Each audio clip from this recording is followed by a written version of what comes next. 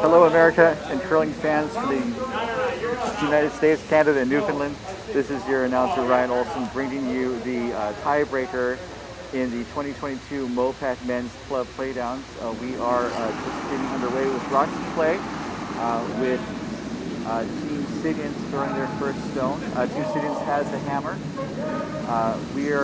This is a tiebreaker game between Team LeClair and Team Siggins, both of Coyotes Curling Club. They both finished the 7-game round robin with identical records of 7-1 as they are trading hits back and forth.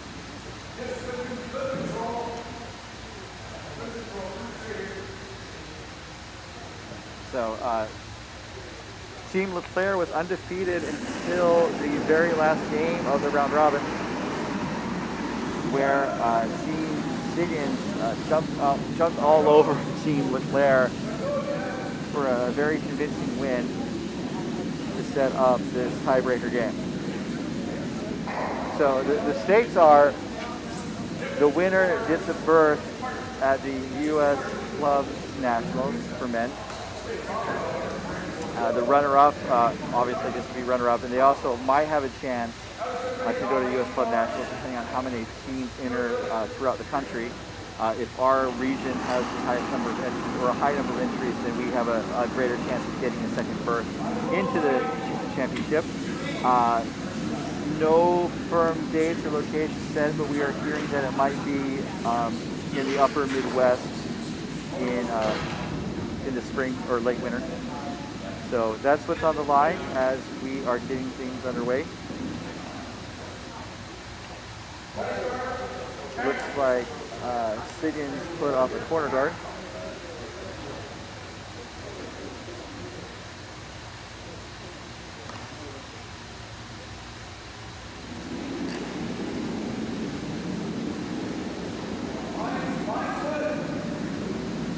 Here comes the delivery from LeClair.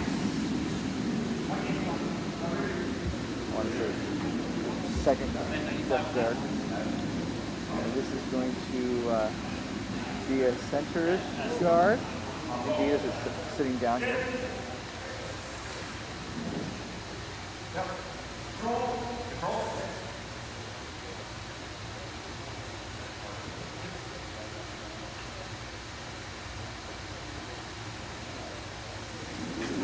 Looks like Siggins just wants to get rid of that center guard that LeClair just put up.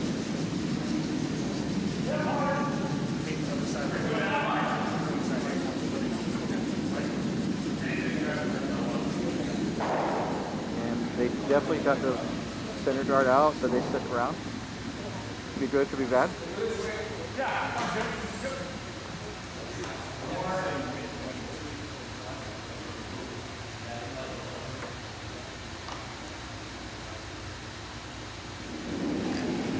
So it looks like LeClair wants to draw, maybe come around that center guard.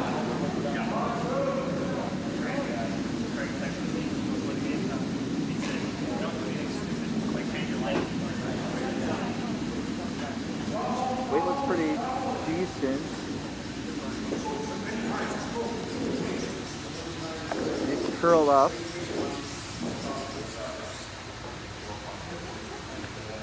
It didn't curl it quite enough. It's more than half exposed.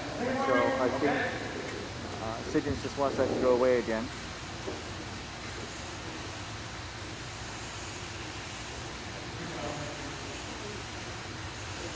And here comes the next delivery for Team Siggins. That looks to be Sean Murray,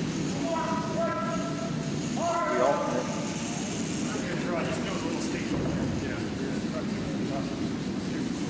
Bringing some heat, taps their center guard back out of play, and actually rolls over to cover for the shot rock from LeClair.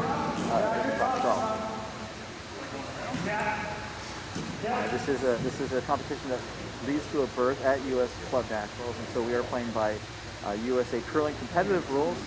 That includes as you can see in the background of this shot, the clocks. Teams are given 38 minutes of thinking time. They're also using the orange fabric for their broom pads, which is known for its mediocrity. And that's done deliberately. And so here comes the first shot from LeClair's by Fred Maxey. It looks like, I think they wanted to maybe come around again, just based on the weight. And it's curling up. It seems to come up pretty close. Looks like welcome back. What did I miss? Where are we at? All right, so we're at Vice of Stones, and it looks like LeClair sitting in 1, as we are joined now by Daryl Holtzman, one of the prominent leading lights of the Coyote Sterling Club. Oh my goodness. Had me at home. I'm just happy to help. Looks like he's starting a little differently compared to his first game against these guys.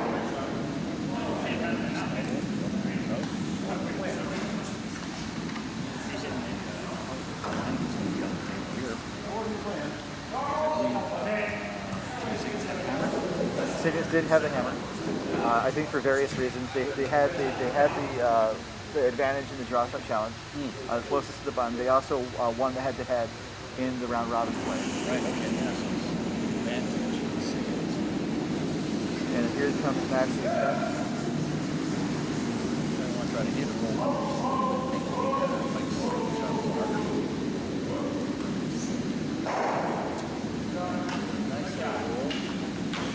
That does touch, this is fighting the top of the 12-foot.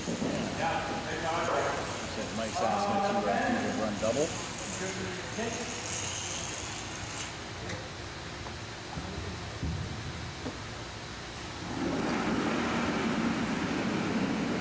Here comes Adam Endicott's.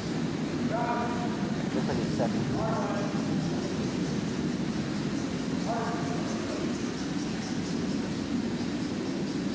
So it's going to hit on the left side of the center corner, or the center corner, no, center guard. hit on the corner of the center guard. Words! I woke up early today. Hey, we've been fortunate. We've only been doing 2 draws a day. Right. I know. I think when Dean Gemmel does U.S. Nationals, he's doing 4 games a day sometimes. Well, yeah, but unfortunately when Dean does it, that's Hey! I was wondering who was handing that was on the backside when I see Patrick McDonald. It's you know it is. Yeah. All right, so LeClair has a shot lined up.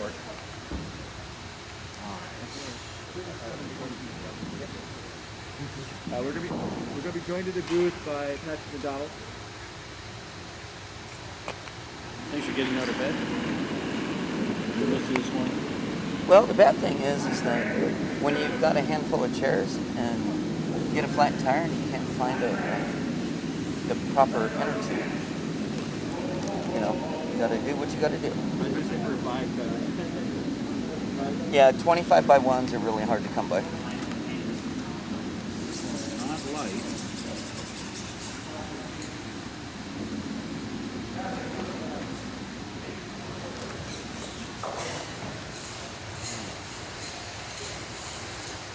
They do have that biter at the back, so it's going to be just a hit and slip for 2.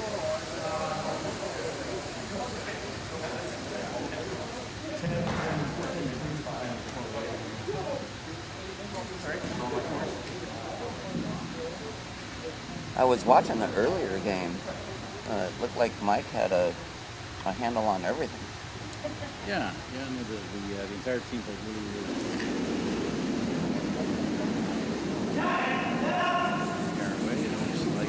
Sean Murray sweeping feverishly line. It's going into the wall, so it shouldn't curl that much. Did a nice roll. Maybe a little farther than the guard, but that's okay. Yeah, sitting 2, so it's going to be up the top. Hide 1 behind the cover there.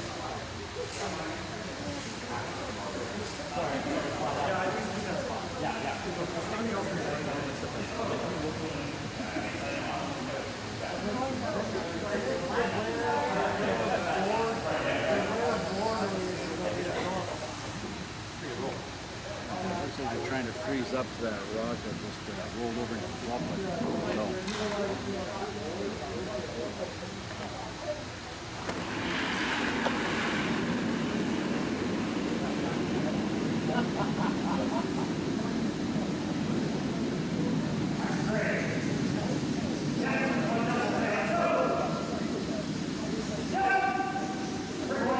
They're sleeping pretty hard though. When you get it around that card, they will. It's going to curl, but it doesn't have enough weight to get there. You don't want to have it hang out. Looks like it's going to go a little too deep. Unfortunately, that's when a little deep didn't curl as much as it seemed like a lot of ice going. I think they thought it was going to curl more than it did because the interns going way away from the rim are going to curl a little bit more aggressively because of all of that. There is until for Mike to get to know take 3 of this opening in. Mike's last rock. Yep, he's going for it. Well, they're riding on a huge momentum wave, you know. Yeah. All Team Siggins, almost every shot last in the first round, so no doubt that the velocity's carrying over this one.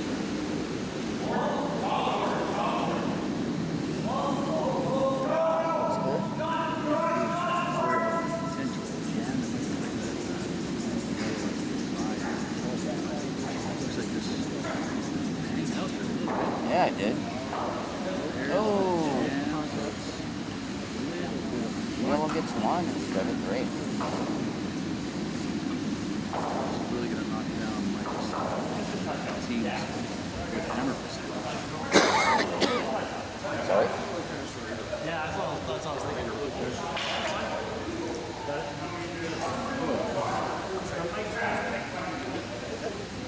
We're going to take just a timeout here.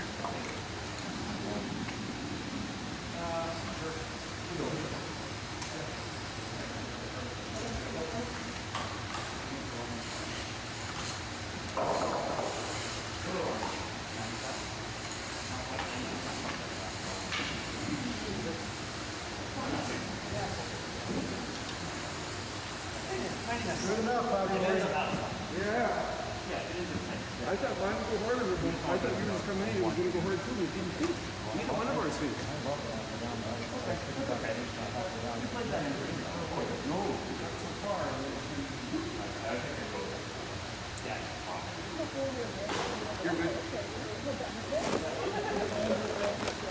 All right. Thanks, Tom and Robert, for that.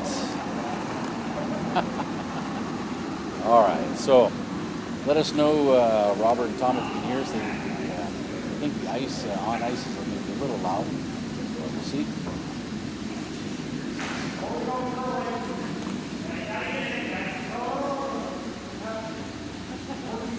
So again, we're trying with the center line guard. I suspect Mike's going to go hard for the overcurled a little bit, and it did bite the rings. What do you think, Daryl? About what? Well, you know how they played the last game, and then they had lunch, and now they're playing the same. You think Siggins is going to continue that momentum? Or did Bob really regroup and is going to play tough? Well, I mentioned this last broadcast. Bob didn't have to, or the whole LeClair rink, it wasn't a do or die. Yeah. They knew they had kind of an extra life if they didn't pull it out. This year, I suspect this is more of a do or die, obviously for both rinks. It's tough to play back to back, no matter how good you are. With only a 40-minute break. So, based on what I saw in this first game, Siggins teams have cooled off just a little bit. Yeah. Obviously the Claire rink is stepped up just a little bit, so it's maybe a little bit more even. I'll be curious. Ask me again in 2 ends. Okay. Yeah, I was, watching at the house, and I was kind of curious when it was in the last couple ends. I was wondering maybe Bob should have went ahead and regrouped, shook, and because they knew they were going to clear each other. Yeah. You know, instead of letting Siggins throw that big score up in the last end. Gotcha. You know, just kind of get that extra time. Yeah. And it looks like they sailed one through here, so that's an untypical miss, not you know, by Team Siggins. So this is going to allow Bob to loop one around, if not throw the second. I didn't see where he tapped his broom, but you could go either way. You could go in around your guard because you can't hit it yet because of the 5-rock rule, or you could do a staggered second guard. So looks like they are electing to come around. It seems like their weights are a lot better than they were in the first game. That's going to be a huge benefit. Obviously, that is perfectly guarded. Different sheet. Yeah, different sheets. Yeah. You know, and also we mentioned this morning that there's some teams that just don't play well in the morning, and there's some teams that just really do well in the afternoon. So you could have a little bit of that going on as well. You know, those younger guys always have the advantage in the morning anyway. Well, yeah, I didn't want to say that earlier, this morning, but you can't. There's a lot of, there's probably an average 25-year gap in age out there, but the resumes of everybody out there is pretty impressive. So. Yeah. Nice shot by These Sean are Murray. the two toughest teams here. Mm-hmm. That's for sure. So, nice corner freeze. Now you're going to want to see Bob come down, maybe hit that with backline weight, get a little separation so we can get that yellow out in a couple subsequent throws. Here comes Jeff Baird's. Like the sweepers are liking it, they're just giving it a light clean, a light dusting. Yeah. They're going to want to make sure they get it all the way here, though. They're not going to want to leave it light. Starting to curl nicely. Just want a small tap. Maybe unlock them a little bit. Nice. There you go. Yeah. Nicely managed rock.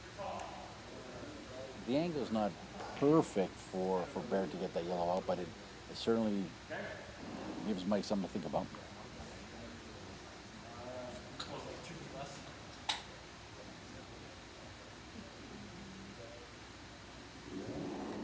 Sean Murray's second.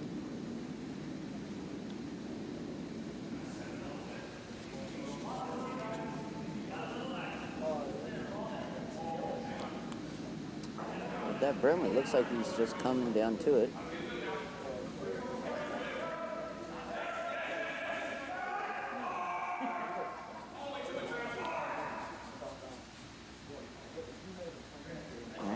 Controlling the front. Yeah, absolutely. So now they're making it really difficult for Bear to get to. They've got that shot rock sandwich between two yellows. It's going to take a couple rocks to get this out.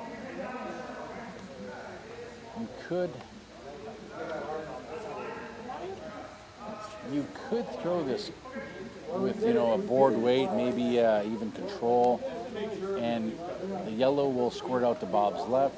The back yellow will squirt to Bob's right. Yeah. So you could rearrange it to benefit LeClair just a little bit. Looks like they're calling for line. Looks like that's what they're trying to do. Looks like it's going to get past that center line. It's got enough weight there. Nice shot. Yeah, there we go. So it moves over those. I like that. Yeah, it stacks those two reds. I mean, one of those reds is going to stick around for sure. It allows for a nice, easy hit as much as you can see on that rock at the top four. Get rid of that yellow. So this would be a pretty important shot for Mike to get that hit and roll. Yeah, he's thinking. Yeah. So it certainly is more of a level playing field from. Yeah. It LeClair looked like teams. you just called back line weight. Yeah, you don't need a whole lot. It's important to kind of get that hit and roll, because right now it's to sustain the pressure on LeClair.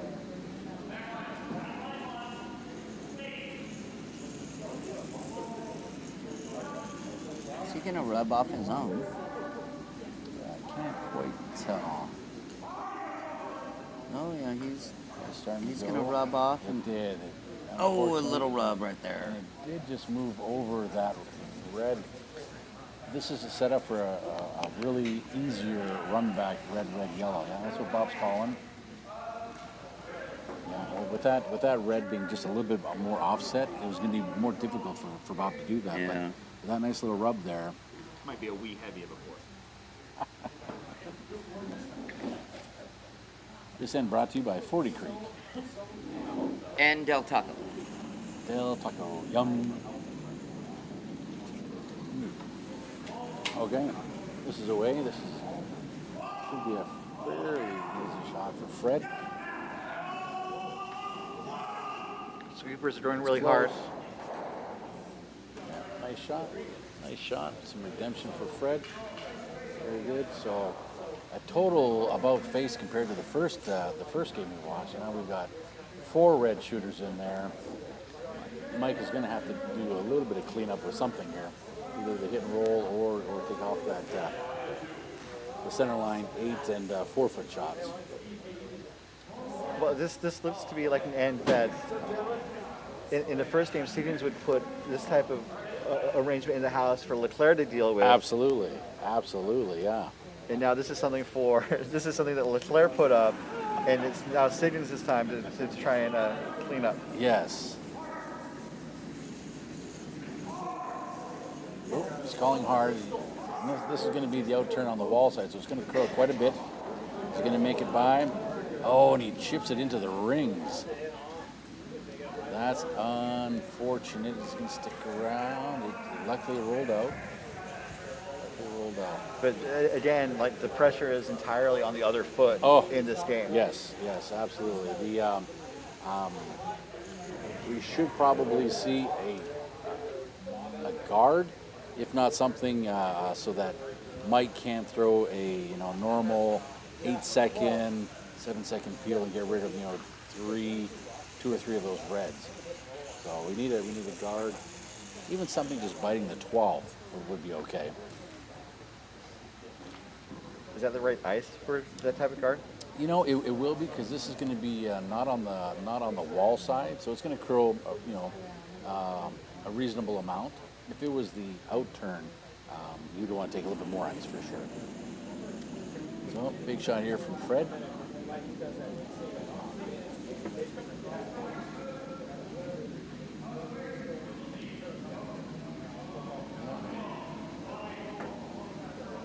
Probably be a good idea to keep cleaning that. It's always been a pet peeve of mine when the sweepers don't keep the rock path clean. You hate for that thing to pick. So it's a little deep. This is going to be a kind of a yellow bomber is going to come down the sheet here. So you may want to, if you're parked behind the sheet, you're going to want to move your car. This one's going to be traveling pretty fast. Mind you, the angles, are a bit messy for yellow, so even if he does, if Mike threw a high hard one, 2 go of the 5 that are in there? If he hits the one where the maybe broom 3. is. Yeah, maybe 3 will go. The top one he hits is going to go. He's got to throw it really hard, though. The second one's going to jam, unless the angle's so good that it spits out the back towards Adam. So for sure, 2 are going to go here. He hits this right.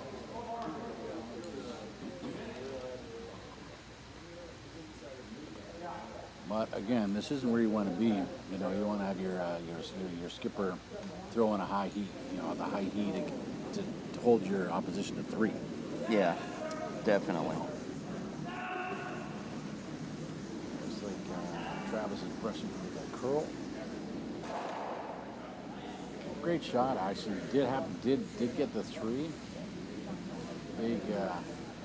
I think that's the result that they were really looking for, though. Yeah, absolutely. So now Bob, all he's got to do is show a nice control rate. Hit the rock a little bit on the high side, and just go red, yellow, and bump that yellow up. Yeah. There's not a whole lot of room up there since they are so high in the house.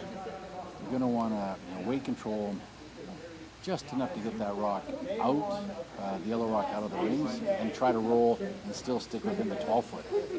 So you could almost, you know, the sort of the, even if they got to nose on that, if they got to nose on that red rock when they make contact, they should be able to stick around. Yeah. But that also might leave something up top for Mike to come down on or around. Well, isn't this is the hammer, isn't it? Oh, is this hammer? I thought Mike had one more. Sorry. Yeah. So again, he hit it a little too high. See, Oh, one well, lock I guess it is. Yeah, Mike's last one. So Mike going for the double. yeah. So unfortunately, just.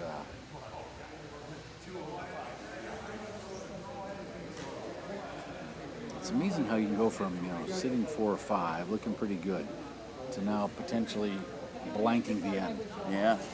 It just kind of shows you how you can't really, nothing's guaranteed.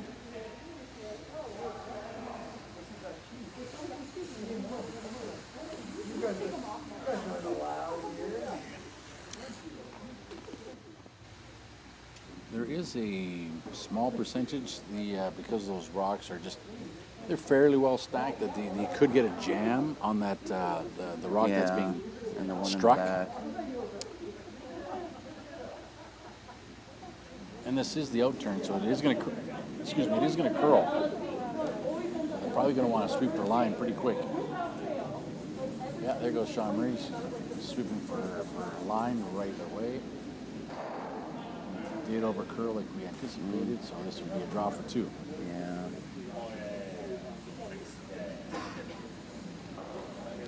But a great result compared to what was, you know, just a minute or so ago. Yeah, those 5 reds didn't look good. Well, I don't know how to finish that because sitting 5 reds is okay. Sometimes that's all you got to say. Yeah. 5 reds, everybody knows what happened. But it's definitely better to give up 2 than 6. Yes. But, you know, this isn't a gimme either. You know, Bob should be able to make this no problem, but you know, this is like, you know, Ryan talking about our golf analogy, like missing the 2-foot putt. You know, everybody says, oh, all you got to do is just hit the hit the paint, right?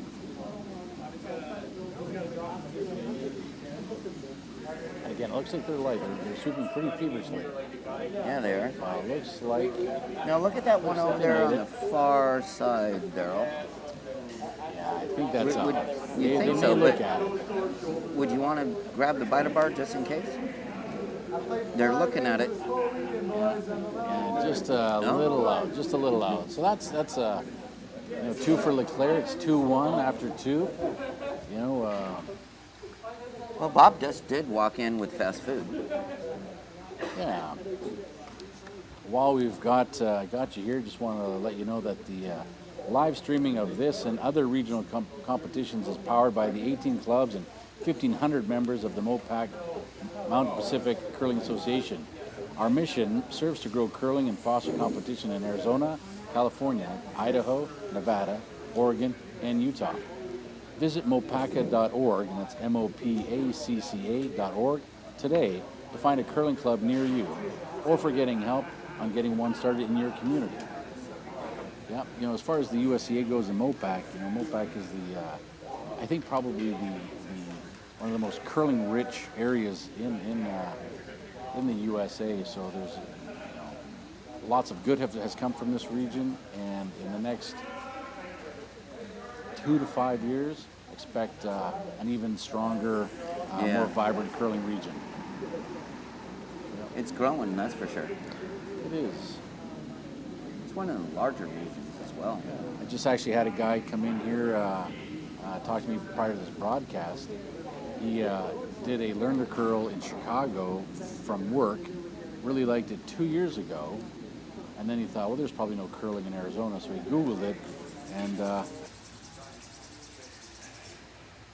if you have ties to a hockey rink in the area, you know, certainly that'd be the good start to get a couple of sheets of stones, start in a hockey rink. Okay, back to the action here. We've got the red LeClair stone trying to be center line, going a little deeper than they want. Yeah. Looks like Mike's going to say, you know what? I see what you want to do. I'm not going to get into a hitting game. I got to get my deuce. So, as Ryan often said over the broadcast, you can't score 2 without a guard, right, Ryan? Well, you can't. Right. Oh, yeah. So a good corner. Looks like nice corner. player's going to come back down and just throw another one in. Well, this one should be a little higher, or else Hopefully you're going to right at the top of the house. Yeah. T-line, center line, outside maybe in zone 2, zone 3. If they go too deep, they want to be wary they don't give Mike the ability to hit and roll behind that guard. Looks like This it's one's going to in. be deep, yeah. So Is might Mike be a gonna little bit of patient? nerves, a little bit of. Well, this is you could this really comes down to players' preference. Hit and roll. It's kind of a twofer. You get rid of the top red. You can maybe roll in a good spot, or if you just decide to draw in, which is fine as well. You're going to have to probably work a little harder after the LeClair throws in a center line guard. So this is I think statistically probably the easier or the better of the 2 shots. That, with it being in the third end, Yeah, there we go. I think later in the game, I think he would have utilized his guards a little bit more.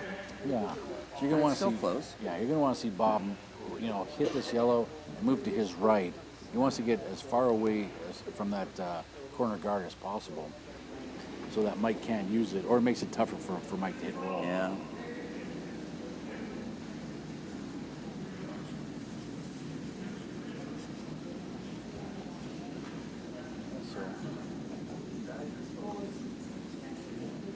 Looks like he's going to get his roll. It's all perfect. Yeah, nicely done. So decision time for Mike. Do you try to do the hit and the long roll, or do you go ahead and try to get one under cover right now? Looks like he's electing for the hit and roll. The upside here is if he comes at it with the in-turn, we've talked a bunch about the live side and the dead side. Yeah. If he comes in with this turn and hits that rock, it's going to curl, it's going to gear pretty strongly, and you should be able to get that well within the 8 foot. Conversely, if you throw it with the outturn and hit it kind of more into the rock, it's going to be a flatter, more. I think that's what they did. That's what they did, yeah. Mike always likes to Just missed it. And he left another counter in the rings. At this point now, we're going to see probably Bob loop something in around. Yep, there we go. He's got to try to split the rings, as we call it, because Mike can't go for everything. It looks like he's going to try to peel that guard. Oh, that's an audible they call. That's smart. Get rid of it. Yeah, and it's high enough where you could, clear that guard and roll in. You get a biter, and that would be. He's definitely putting the pressure on Siggins. That's for sure. Yeah, absolutely.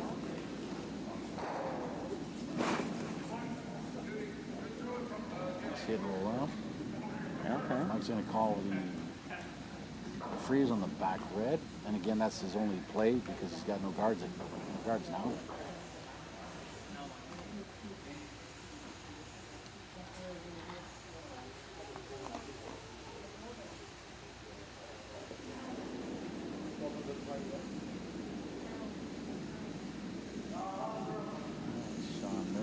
Shots away.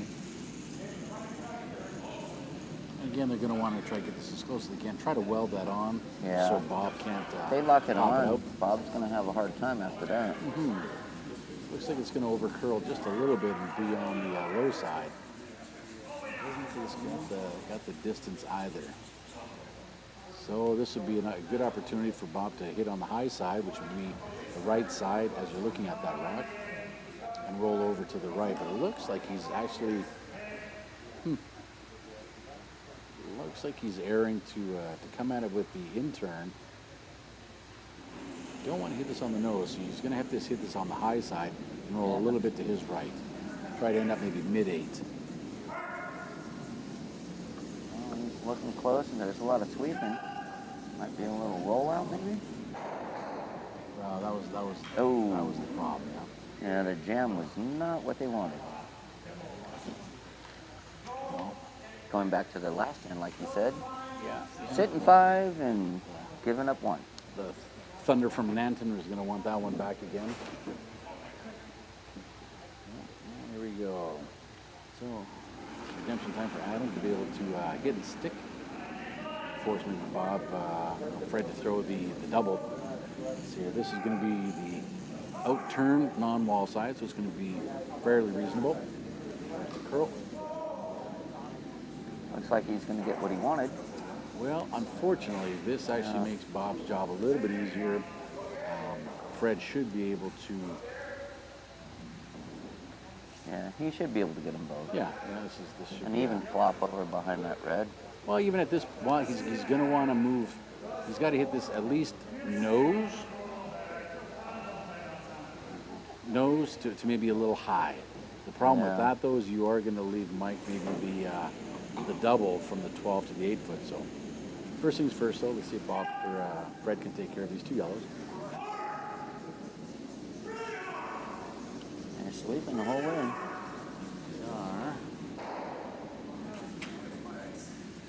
He needs to stick around. Doesn't stick around. So this is another miss from Fred. So this is going to allow Mike now to hit that red, stick it well. Interesting play. You could do a couple things here. Hit that red and stick. Force Bob to do something, and then guaranteed you to. Looks like he's trying to split. Yeah, he's going to go over to the left side of the house. Left side, wow. Yeah, you're right. You're right. Sorry, I missed that call. Yeah, he's trying to go T-line mid-8.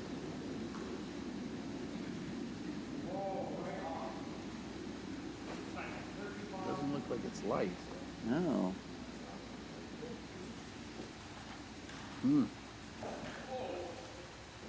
Oh, a little slip by Freddie. Out there, yeah. Let's see if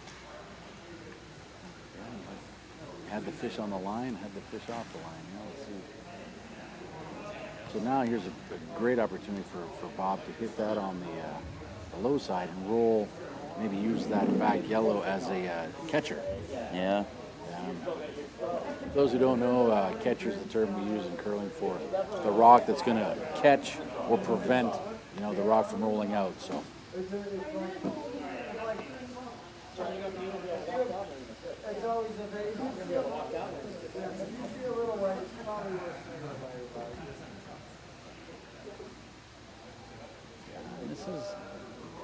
And again, this is going to come at her from the dead side. So once it hits, he's going to have to throw this with a bit of weight. Mind you, don't have to have it roll that much. You can just see, they changed the call. So now it's going to hit on that live side. So if he hits it on the low side, he could be careful, just roll out. He really leaned into that. That's curling quite nice.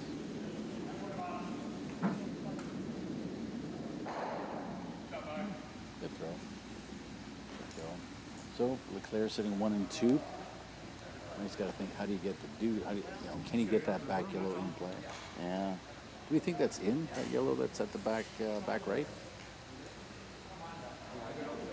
It's probably close enough to swing the stick here, right? From our overhead, Depends on how big your stick is. I would measure it for sure. Yeah. Get that biter bar out. Yeah, it only takes a second to measure for sure.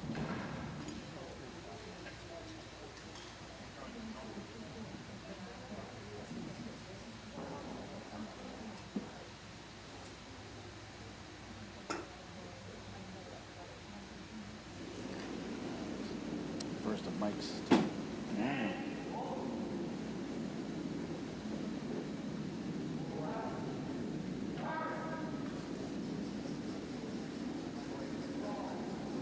Coming down nice. Awesome. Whoa. Uncharacteristic flash. Yeah. So this is going to be an opportunity. Yeah, they're immediately throwing up a guard.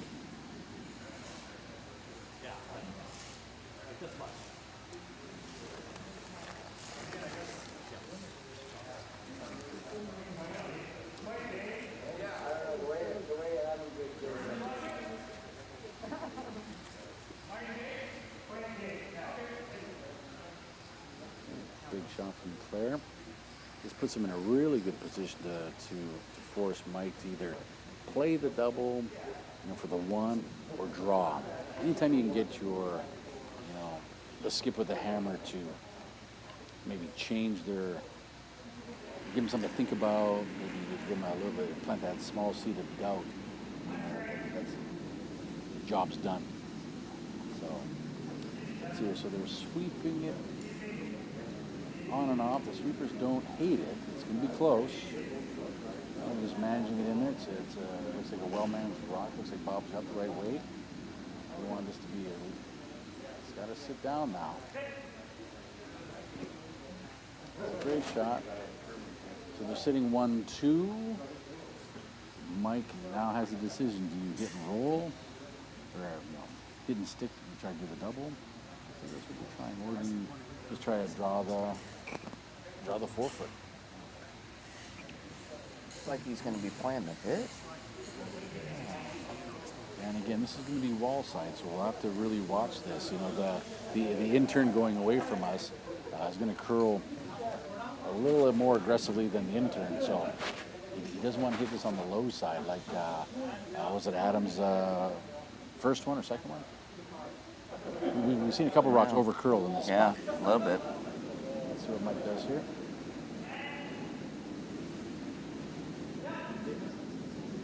Looks like Travis is sweeping pretty aggressively to hold that line.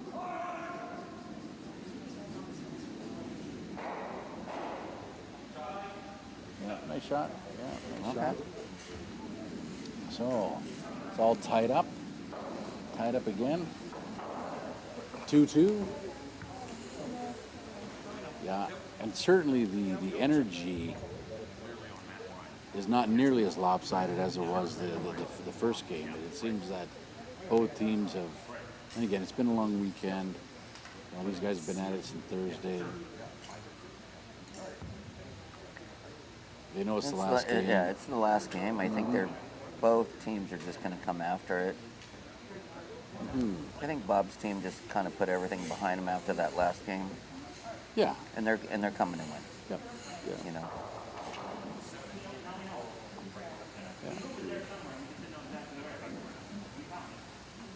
So we should see either the center line guard or come in the house.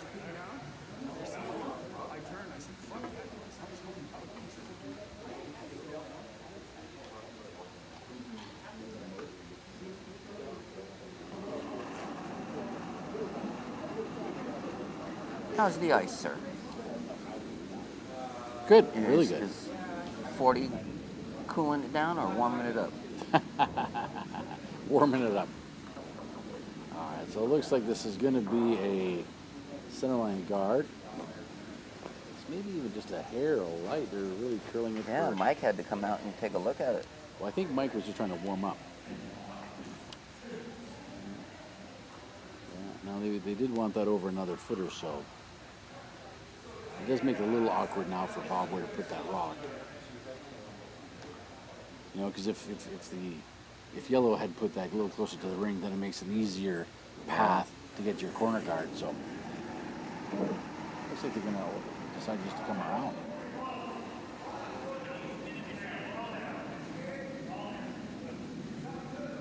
Interesting play. Sweeper's just going for a bit of a walk. He needs to check up. There you go. Looks like it'll settle down quite nice. Looks like it might be behind the tee just a little bit, maybe. Yeah. No? Finished up? Yeah. They were probably caught between. It looked like it was a little warm. Could they have got that swept another 6 inches to be better behind cover? Yes. Would it have been behind the tee line? Yes.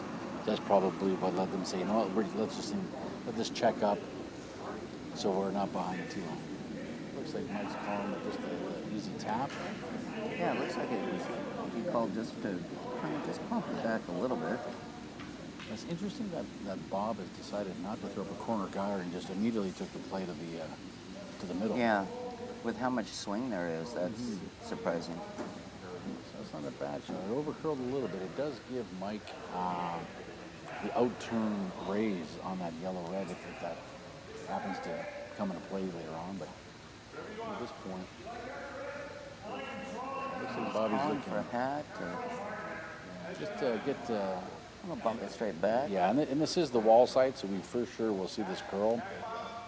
Obviously, the peril here is if you, well, it won't stay high, I guess. But if it hits it on the high side, runs it into the shot rock, then you've just really helped out Siggins. Yeah. Looks like Tom's a little tight. They're going to have to go hard for line here. They're going to go really hard for line. It's on the guard, so see what happens here, where it's going to roll to. It might roll to a nice spot for a corner guard. Split it over now. He's out. Yeah, and looks like he rolled that yellow in for a biter. It may not be a non-issue right now, but it's that might come into play later. Not what they're looking for.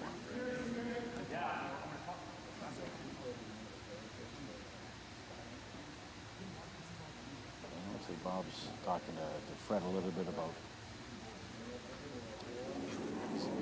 He's a little animated, so Bob knows what's on the line here.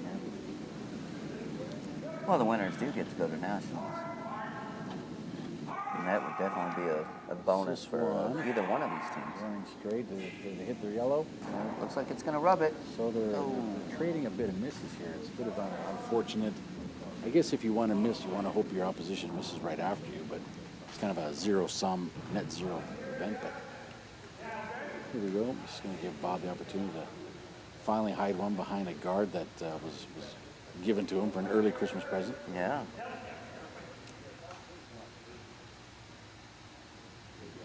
This is important that this, Jeff makes the shot. So that will keep some sustained pressure on Team Siggins.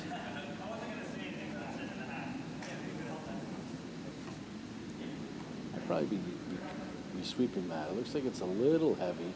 Looks like Bob, see if it's going to maybe rub off the shot rock. Yeah, it's coming over though.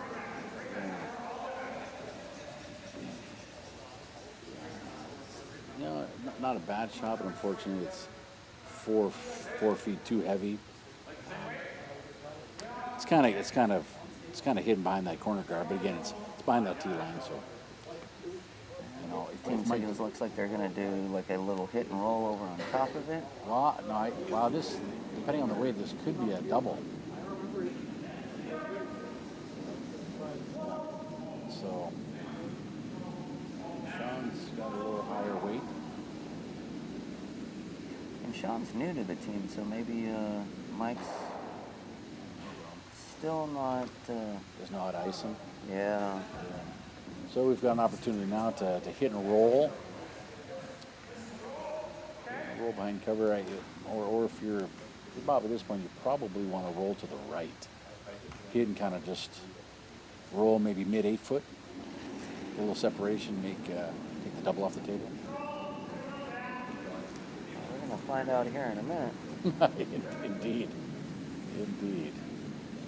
Looks like this is hanging out there a little bit. It's got to come over. The weight looks really nice. Looks close. He's going to get the little separation. Yeah, it's not bad. They're trying the double. Looking at maybe the hit and roll. Yeah, I think if you're Mike, you got to do the hit and roll. I think that's something that I would prefer. Yeah, it looks like Adam is asking for the. Adam played a really good game last game, so I think he's really feeling it. So he's asked Mike to give him the ice for the double.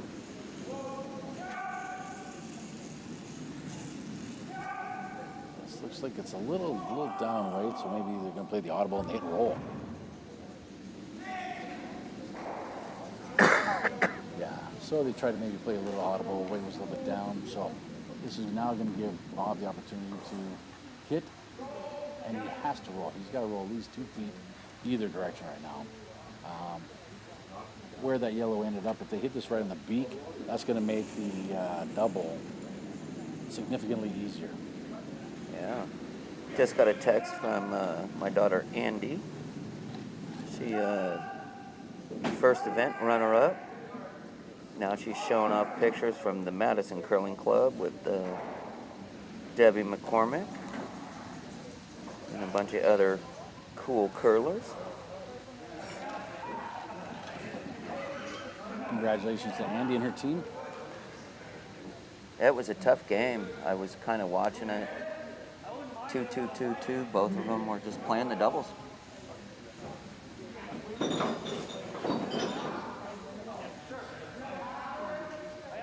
Women's or mixed? Oh, mixed. It was the Madison Junior. That's what we've got here. Adam is got a bit of a freebie here with that hit and roll out.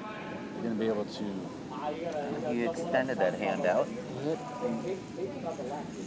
Yeah, it's got a curl, so Sean Murray's in there for the curl. Looks like he's going to hit and roll out. Oh, there we go. All right. You might hang on. Half a rock. Half a rock, yeah. I think that top yellow is still biting, yeah. Yeah. So I think, this is a good opportunity for Bob to put, or Fred to put something top four T-line behind the guard. The guard's been there since the second, so better make use of it. It looks like he's tightened up the ice quite a bit, which is good. He's going to be just throw it to the sweepers and make sure they get it there.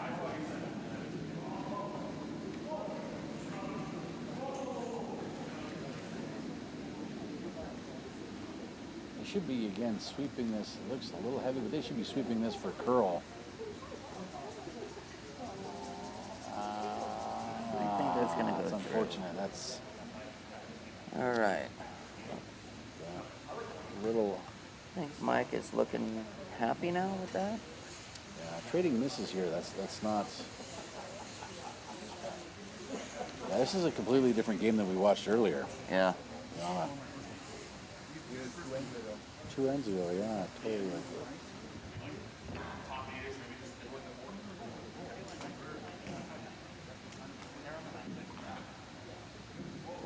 And it's interesting.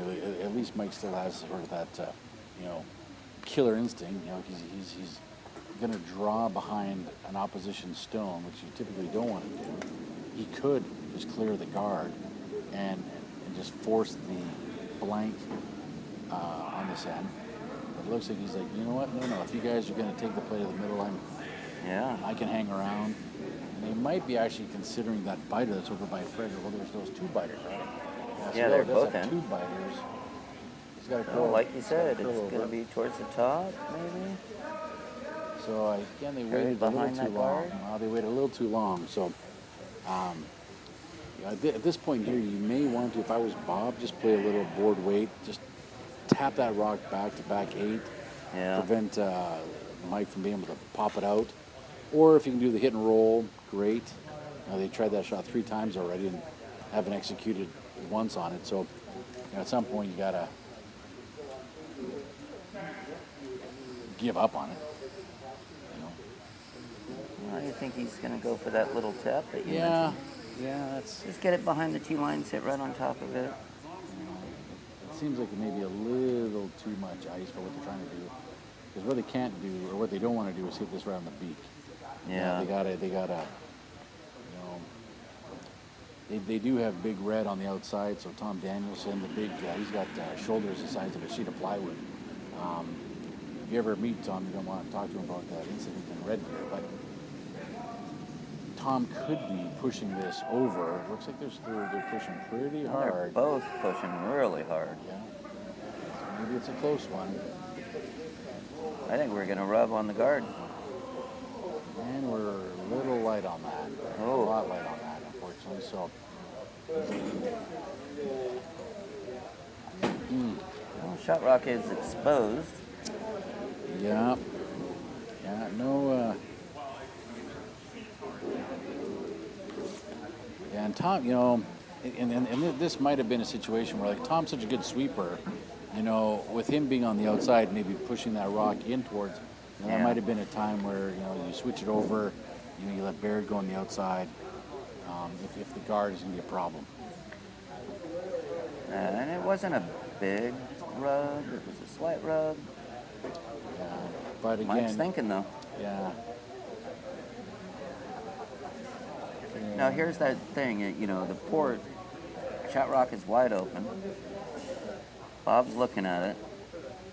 Is Mike gonna try to cover that up? Well, or for go, sure. Or go a little deep and get Well, another one in there. And he's already got 3. You know, I think the smarter money here is to throw up a guard. Because remember, Bob's got the hammer, right? Yep. Bob needs to be going for 2.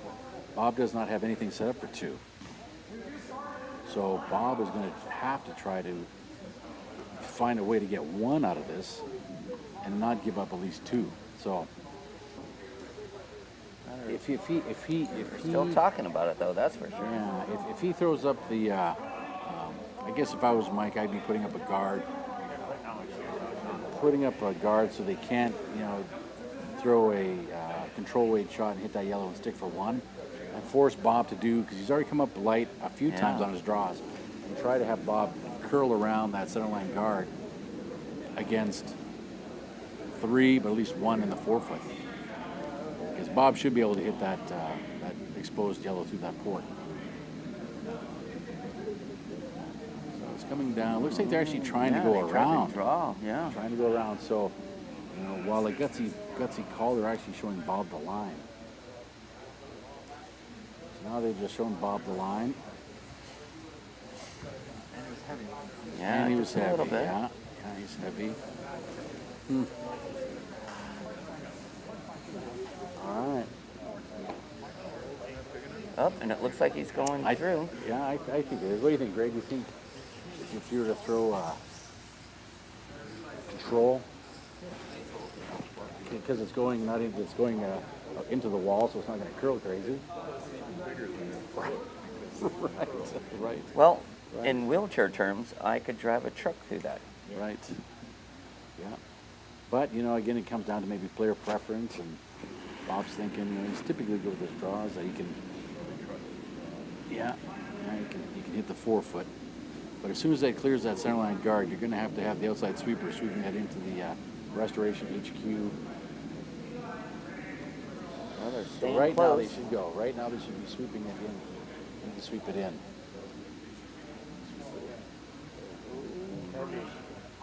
Oh, and it actually really curled through the 2 yellows. Good attempt. Good attempt. This is steal a 1. Yellow. Still a 2. 2 yellow. 2 yellow. Okay. At least 2, maybe 3. Well, 2 for sure. 2 for sure, because the others were biting. So again, you know, it's only a 2-point game. Only a 2-point game. I did see them using the mop in the previous game. I was like, what the hell are you doing? There's been enough mistakes on both rinks where it's really still anybody's game right now. Oh, definitely. Anybody's game.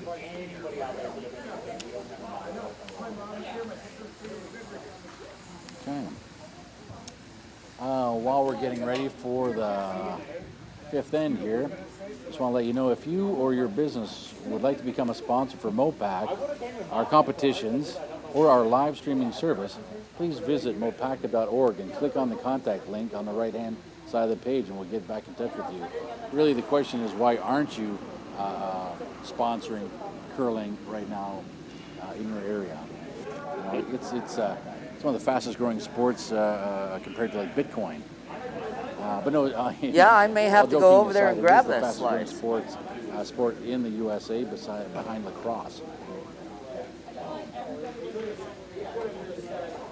Okay. So again, Team Siggins is inviting the, and this is a typical strategy. Put one on the pin. Next one's going to be a guard. This here, Bob's going to want to throw a corner guard, so it's imperative at this point that Bob goes back to maybe a little more of a tradition, because if you remember that last 2 ends ago, you know, Siggins had the high guard and Bob decided to come around versus throwing a guard, which, you know, we all know how that ended up. So it's nice to see maybe Bob going back to a little bit more of a technical, conservative game plan. So he's going to have to get some legs on it though. So again, he's left it high again. Left it high again. looks like Mike is thinking that there may be some knee prints or some paw prints out there, so he's getting rid of that. But again, it's almost too high. It's not, Yeah. If a rock is too high of a guard, it almost becomes unusable because the angle is so easy to get around for even a draw or a hit. So Travis Gaddy Yeah, I think they're going to just come in, but now I wouldn't mind seeing Bob put up a corner on the other side as well. Get double corners, get a couple of really good guards up. or he could, you know, double stack the corners on the left side here. Yeah. You know, if Dr. Gertzy, he'd tell you that, you know, 3's on the table if you do that. Ooh. Okay. Interesting. So yeah, so now there's Bob electing to come in a little, I'll say a little too early, but I'm going to say a little too early. I agree with you on should be setting up that a little card. too early. Yeah. Coming in early like this is taking multiples off the table. Yeah. So here's Tom Danielson's first one. Looks tight. Looks like they're going to be over that guard. So we got to make sure we don't take that guard and run it out because of the 5 rock rule. He might be raising the yellow all the way in. Oh. It should be resetting. No, the one that went out was already in the The house. guard jammed in the house. Oh, yeah. Yeah, oh, that's right. Yeah, the struck stone. Yep, you're right. That's Thank what you. that 12-foot circle is. Yeah. But, you know, I guess we do now have the two red guards on the right. Well, they're kind of cornerish, I guess. They are off center, I guess. That's as good as we're going to get right now. Mike's electing to just throw up a guard to protect that shot rock.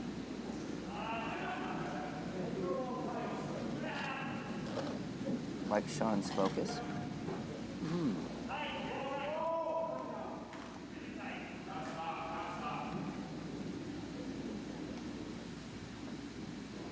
This one's going to be a little deep. We don't talk about that. Yeah, it's a little deep. So here's a good opportunity for a hit and roll.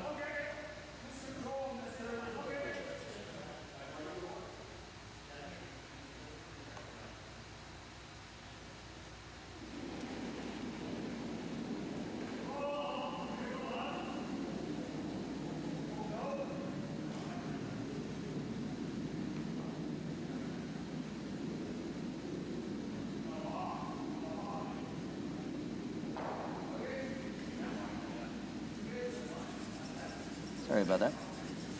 Rookie. Yeah. Okay, so unfortunately we got the hit, we got the roll out. So again, it's just a half shot here, half shot there, half shot here, half shot there. So we're going to want to be a little lighter on this one. Sean Murray's second.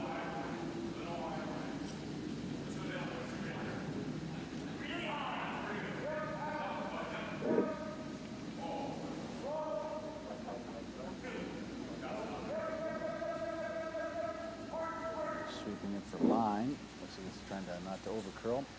That's a much better shot. You know, you could argue it's maybe a hair high, but there is some opportunity now to come down the middle, and the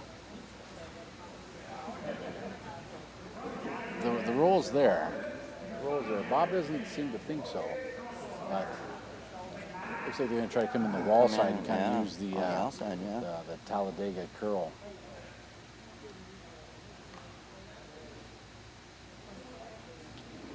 So Jeff's first one.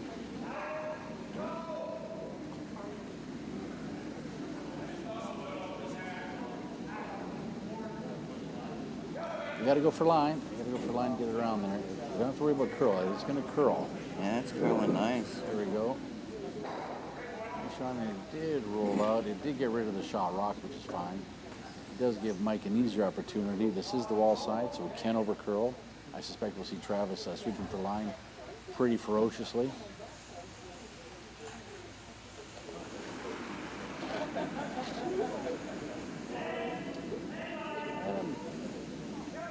Seemed a little wide, but looks like Travis is going quite as expected to kind of hold that line. Gotta hold it. Yeah, looks like it's a made shot right in the nose. Roll in a little bit. It does roll a little bit closer to the center, which allows it to be seen from our end. So, and this actually favors the shooter because it's going with the outturn. So it's not going to curl as much. It's going to be far more predictable. So we've got a really nice hit and roll here.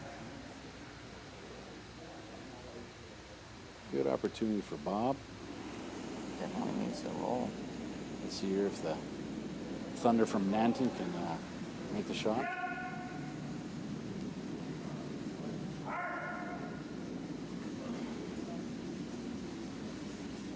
Looks like there might be rubbing. Yeah, Rubbin's racing, Harry. Rubbin's racing. So, yeah, just inadvertently click the guard. This should allow Mike the opportunity. Yeah, there we go. Mike's electing to guard it up again. Maybe get a better placement for the guard. This is going to be the in-turn wall side, so it's going to curl pretty good once the weight comes off. So this is going to have to be managed really well with the sweepers. It's Adam Endicott, the second. Looks a little inside from our perspective. The weight's there. Might get what he wants. Maybe the outside of the rock might be exposed, but it's still staying out. And here it comes.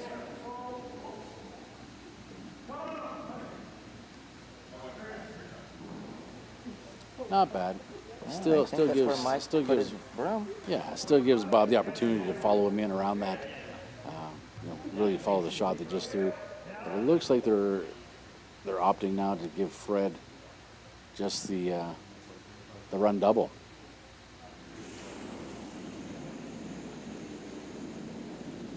A little positive on the release.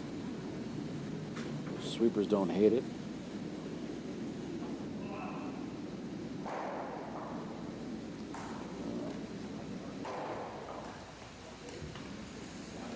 So again, if you can have your opposition throwing peels and getting rid of guards, they're not thinking of scoring. Yeah, definitely just playing possibly for the one. Run back looked good though. I think Mike's gonna just put another one up front. Yeah, at this point, he's kind of in the driver's seat. Bob's got really nothing on the go here.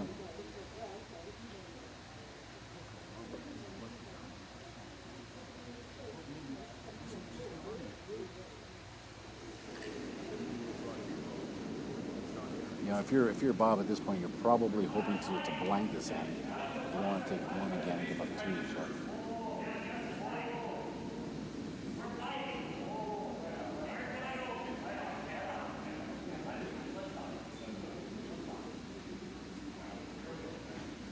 Selling them nice again. Looks like it's going to slide in right up front. Nice shot. Stays a little south of the center line, which is a bit better. And again, Bob's electing to say, you know what, I can come around. There is significant curl. Again, so this might be a situation where it's going to curl hard to the right. You may switch, Baird and Danielson. Yeah, if that's possible, to get Big Red to hold the line.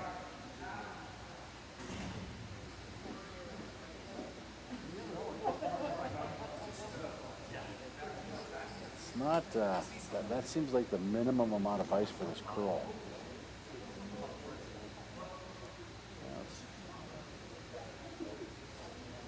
There we go. Bob's first. Trying to get down, just, tap that, become shot rock, tap that yellow back, maybe 6 inches a foot at most. Yeah, just a little tap. Oh. Yep, they're changing. Ooh, all right.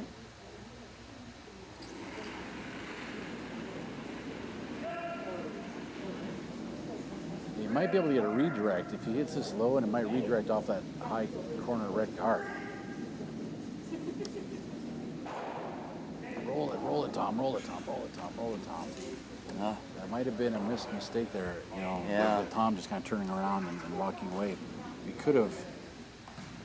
could have been an opportunity to sweep that rock that's just outside the 12-foot, maybe just to get a biter. Something close. That's a lot more broom.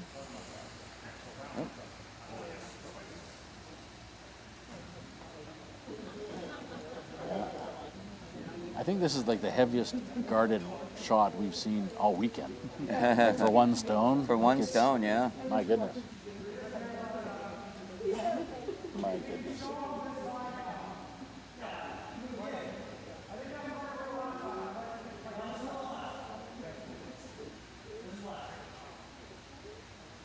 It's quite a bit more broom than the last shot. Yeah. When Mike was trying to throw the guard. The only other problem there is if he threw it with a little bit more weight, he's going to push out that break point and may not get, well, he'll get back to center. It may leave Bob a more preferred out-turn hit for one or a blank. Oh, it's coming in. There it goes. All right. Well, a little light. There is a port there. You could chip that out and go for the blank.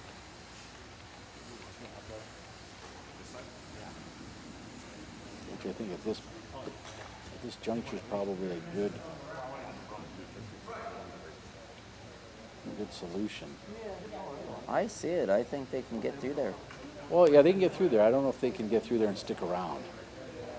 It'd be really weight determinant. Like with this amount of weight, I would think Bob's got to be throwing at least control up, which I don't know if they hit that rock on the high side. If they can hit what they can see, the shooter rolls out.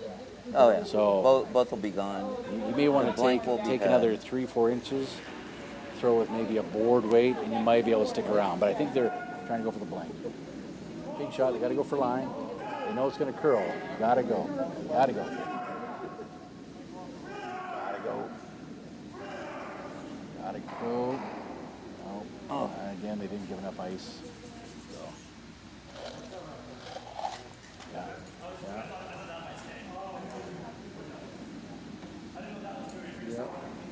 Yeah, so that's one more for Team Siggins. So what's that make it? 5-2 after 5. Yeah.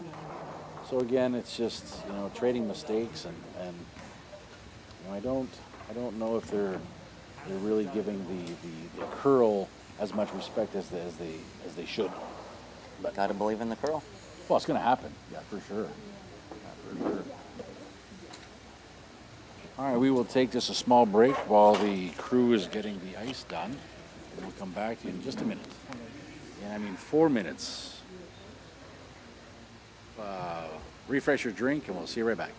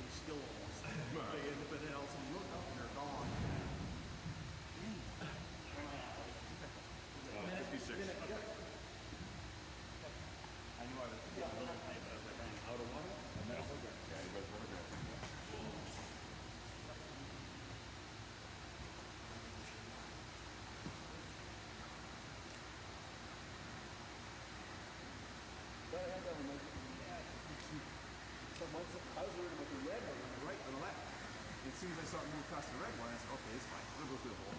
Dump. I had a pretty good wave. This is a tricky sheet. There's one that shit out.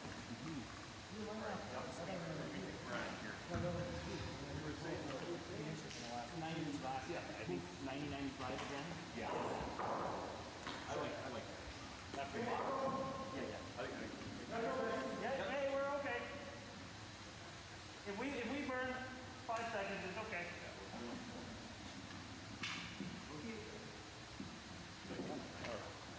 All right, welcome back to the finals of the 2022 Men's MoPac Playdowns at Coyote Curling Club in balmy Tempe, Arizona.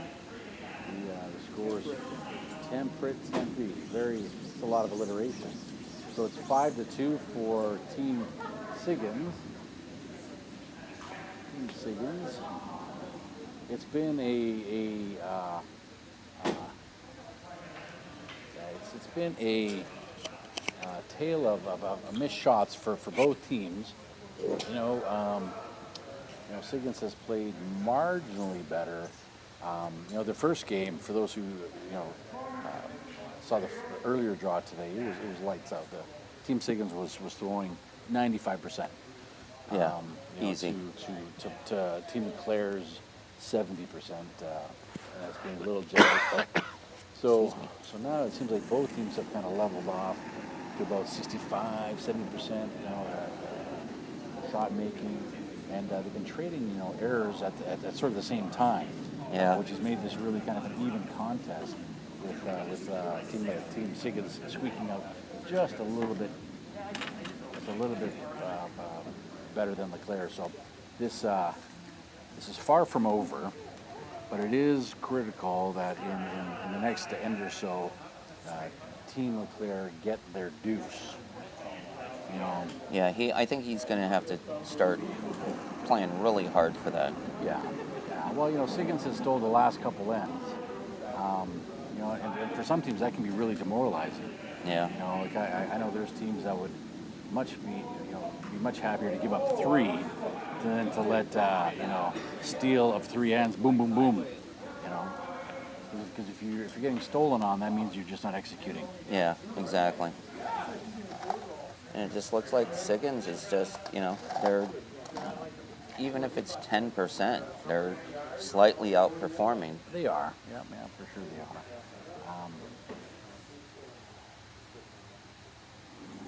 I'm not sure what the team talk was in the 5th end break, but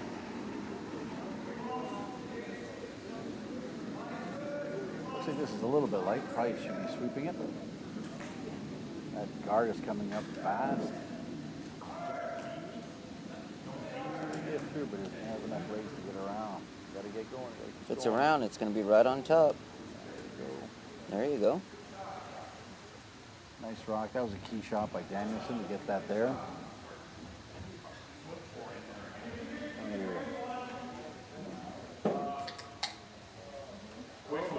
Mike's asking, do we want to, run?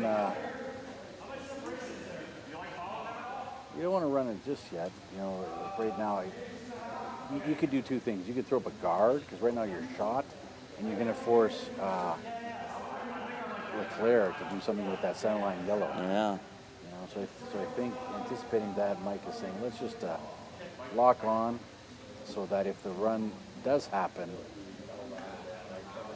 we've still got a rock in play. Yeah, following him down and locking right on top of that, I think it'd be what he wants.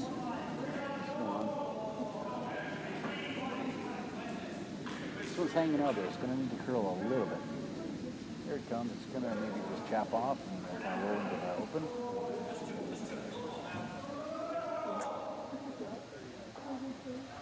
Yeah. It's a slight rub, yeah. Slight rub. So this is going to be a good opportunity for... You could hit this a little on the high side and chip both of those yellows out. If you hit this 1/3 high, both yellows go, and you roll your shooter over to the 8-foot. This is a big shot here from Jeff Baird. Doesn't look heavy enough. They better go for line.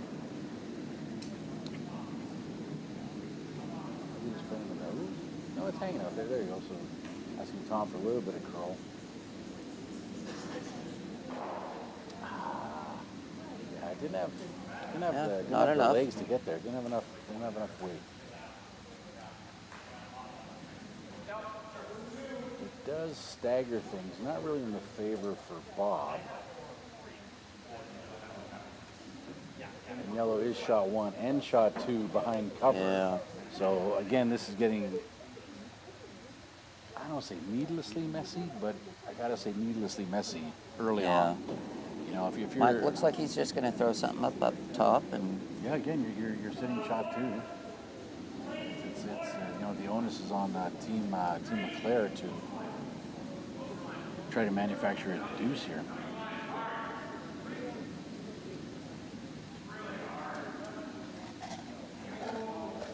Travis is definitely sweeping a little hard. It's going to come right down into... So you've got a hit and roll potential here, and that's what Bob might want to try.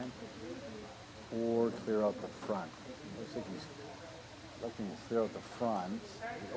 The only problem with that is if he clears out the front and doesn't leave his shooter hanging around, you're going to give Mike an easy shot for running that red through the yellow port and be sitting 3, and you're no better off, and now you don't have any...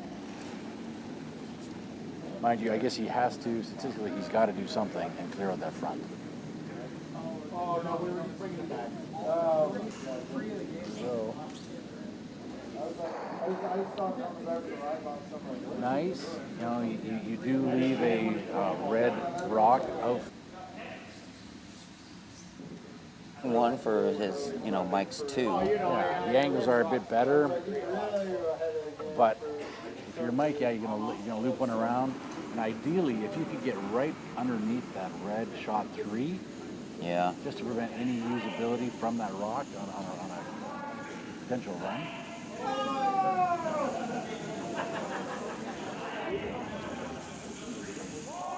Mike looks like he likes it. Here's the big whoa from outside of the skipper, so it's got probably a lot. Well, that came over a lot. It did. It's a nice card. So Bob's gonna have to run something back here or clear out that middle.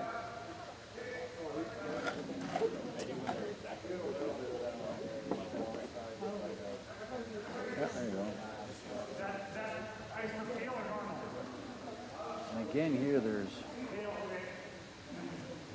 Well, tap of the head. I'm assuming that's going to be peel weight. Yeah, it's going to be flying, yep.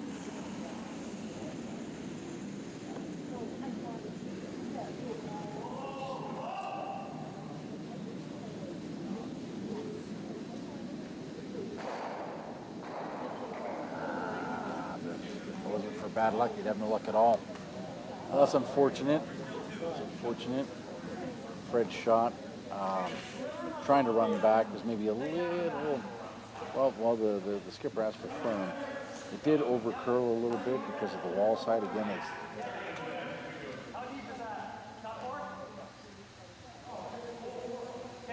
so here we have. So again, we're in the driver's seat where Mike's sitting 1 and 2.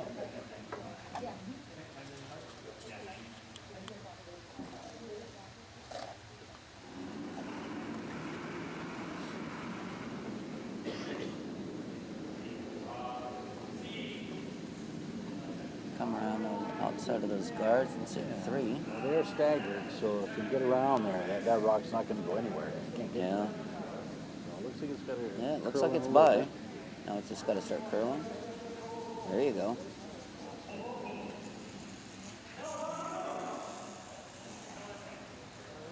So there's a bit of an out for Bob. They should come down and sit right on top of that shot.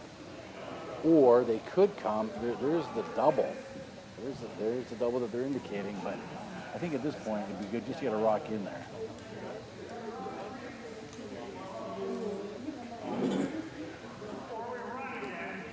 There's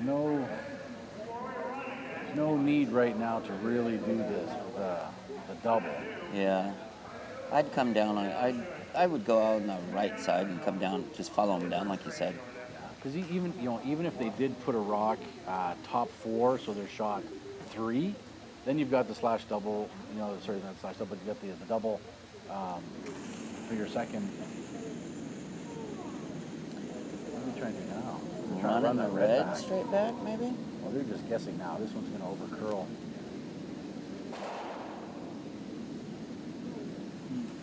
Not sure that was the okay, call. maybe that's what they wanted. Maybe to clear the front. Yeah. Well, the problem is you've got 3 yellow counters. No,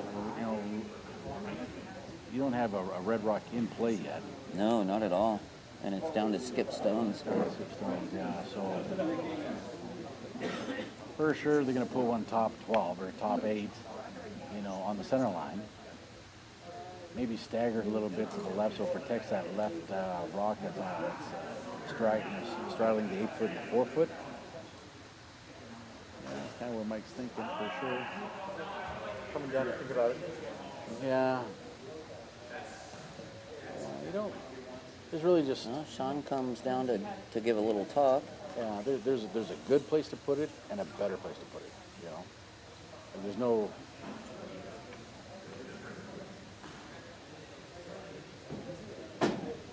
real wrong place to put it. So. Yeah, I like what you said, Daryl. Just off center line, top 8. Yeah. It'll force Bob to try to do the hit and roll. Yeah. Well, by doing that, it effectively takes away the draw to the freeze of that back shot rock, and it also visually impairs maybe the feasibility of hitting that rock that is a little higher out of the house on the left side. So we'll see. Well, if Mike puts this exactly where he wants it, I think Bob's only shot is going to be to follow down the rock down on the left. Yeah, or do the hit and roll. Yeah.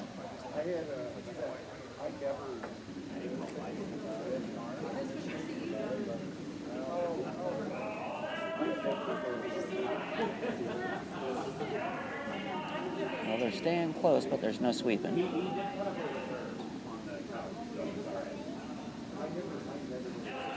This one is coming in quite nice. Maybe a touch heavy. Yeah, that looks like it's going to sit. Puts a nice little pocket. This is a nice gift from Mike to Bob, saying, please put your red rock in this basket of yellow granite love. Yes, granite love. And I think both hands are open right now. Yeah, and there's no way, if they make this, there's no way. And of course, the only way to mess this up would be to put that red rock touching those 2 yellows at the back. Because then that'll allow Mike to put one on top of the red to be shot. So this one has to be touching the button. Top button. Out Top count. button, Yeah. Yeah, to be shot 1, yeah. So if they touch the HQ decal, that's as deep as they want it. Yeah.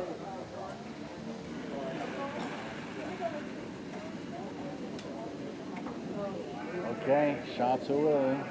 This is a must make for Bob.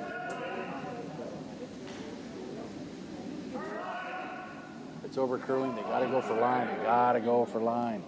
This is the wall side. They know it's gonna curl. They gotta go. They've got to go. They've got to go, and they've let it over curl, and it's light. So I guess there was 2 ways of missing that, and that was the second way. And I just overcurled again. Again, the weight was perfect. They just need another 1.5 feet, 2 feet of ice. It's gotta be frustrating for the skipper. Another team thing for Siggins. Yeah. Yeah. He just needs to just.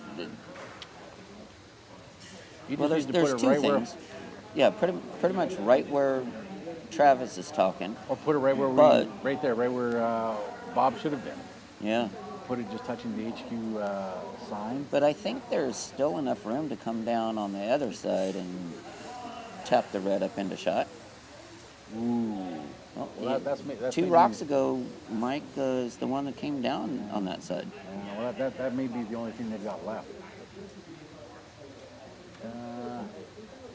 I said they were going to do it. Yeah, and they got that staggered red-yellow at the top there by the Ed Wernick logo, so it's a tough one. If this is made perfectly, this could be the end that blows this thing apart. This is over curling as well, so they might just got a little lucky here. They got beat as well. Looks like the handle's pretty. It's got plenty to come down. Pretty light. You're gonna hit and roll. So. Oh, right on top of him. So wow. Bob's got one more shot. You should throw the exact same shot he just threw. There's no point throwing a hammer at it. Well, that's what he's trying. He's trying to get his deuce. But the 2 back yellows outcount his shot 4. So even if he hits it, there's no way that red comes into play. So if it was, why? And I guess I'm just looking at the overhead. So is it possible? Yes. Is it unlikely? More than likely, it's unlikely. Yeah, it looks like from the overhead, that's about the only thing he's got. Well, he could just throw the exact same shot Mike threw. Yep. Tap it back 2 inches and be shot 1. This is all or nothing. Take your one and regroup. Because if he, now for red's sake, I really want them to make this because it's what's needed. But you know it's going to over curl.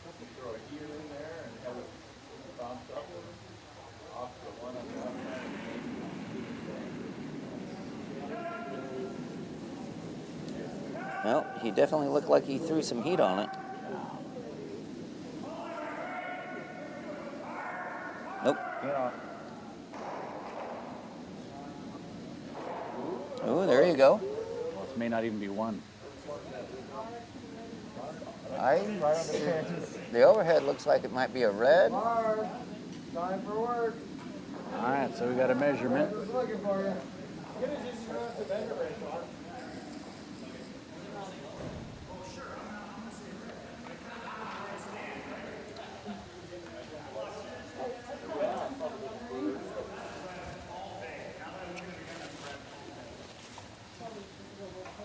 And while we're waiting for this measurement, MoPac would like to extend our gratitude to our broadcasting chair and live stream producer, yours truly, Mr. Ryan Olson, for volunteering his time and resources to make this live stream happen. The spirit of curling is the spirit of volunteerism. Visit mopaca.org or your local club to get involved today. Thank you, Ryan, for all your hard work. Yes, thank you. All about the volunteers. It is. So did he? Is he out there just eyeballing it, or are they actually going to get the measure out? Well, they should have a The official eyeball? tape measure. Oh, Oh, Give it to Red. Adam gave it to him. All right, 1 red. well, God bless each and every one of you. It's like a Christmas story right there. Just get, It is. Tiny Tim got a turkey. Got 1 point. Yeah, 1 for red. So it's now. Oh, let's take a time up for 1 second.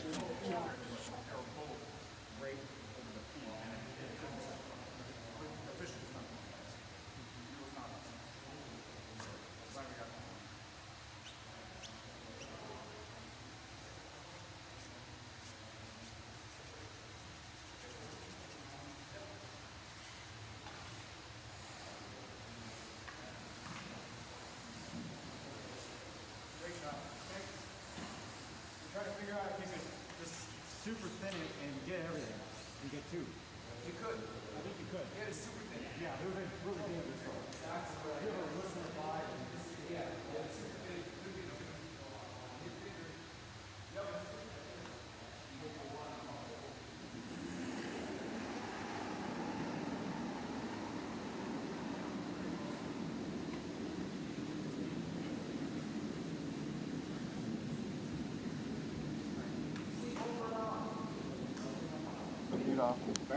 All right, welcome back. Just got written up again for. All right, so the Like Bob got 1 on that. yeah, So five it's to only- 3 is back to a 2-game, 2-shot differential. Even with 3 or 4 ends to go, it's a game. It is, but you know, if that last couple ends were to tell any story, it does look like the momentum is shifting a little bit, tilting the scales towards Team Siggins. Yeah. You know, there was at least 4 half shots in the last end. We got a little lucky there, I think, and I think maybe Adam was maybe a little generous with the giving the shot. So 1 in doubt measure. yep, totally agree. So again, there we have it. They've got center line guard rather than throwing up the corner. They said let's just go right in. Let's keep the hammer down.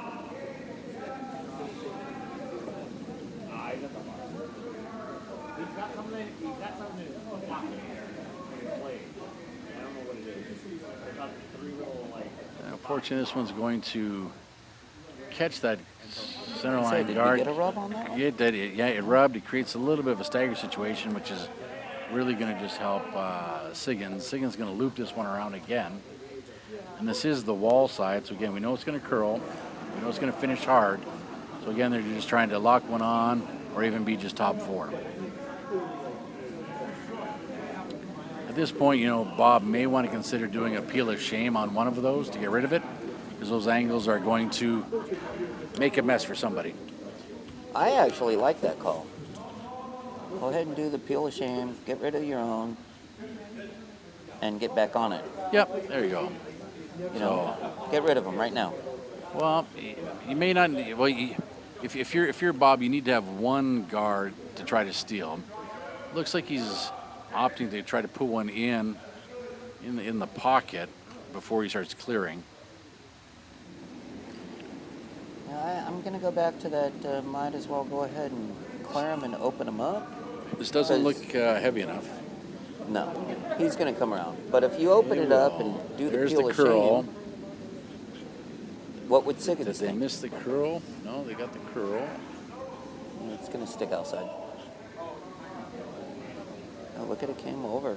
So just a little heavy, and unfortunately, it pushed that yellow into a better situation. It does allow red to, or Siggins to do a hit and roll if he wanted to, or just hit it and at this point, he could just hit it and lose the shooter and not give LeClair anything to use.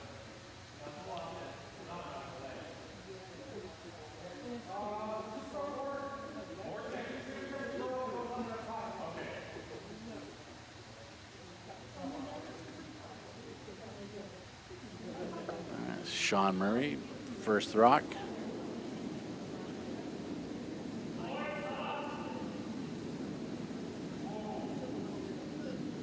Ooh, that one seemed like it picked maybe just a little bit. Looks like it's still gonna be okay though. Did a little bit. He's gonna get to the inside of it. Yeah, did a little bit of a jog. Nice shot. And those two guards are still hanging on to 3 in the back. Yeah. So again, going back, 2 shots ago, when he asked Baird to come around on his first one. Hindsight being what it is, would it have been better to clear out one of those rocks right now? So certainly doable. This is going to be run a little straighter. The upside here is the way those yellow rocks are configured in the forefoot. You can hit the crotch and stick around. Yeah. It looks like it's There's that inside red one straight curling back. enough, is it? Nice shot by Mr. Baird. Very good. All right. Sticks around behind cover, and that might be just that little boost this team needs this end. So remember, they don't have the hammer. There's 2 yellow counters in the rings, and it looks like Mike is asking for Sean to peel both those reds.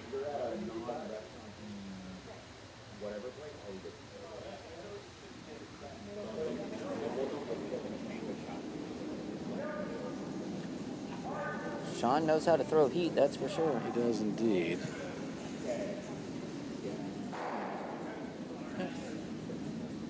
Nice rock. All right, nothing up front. So we should see a guard.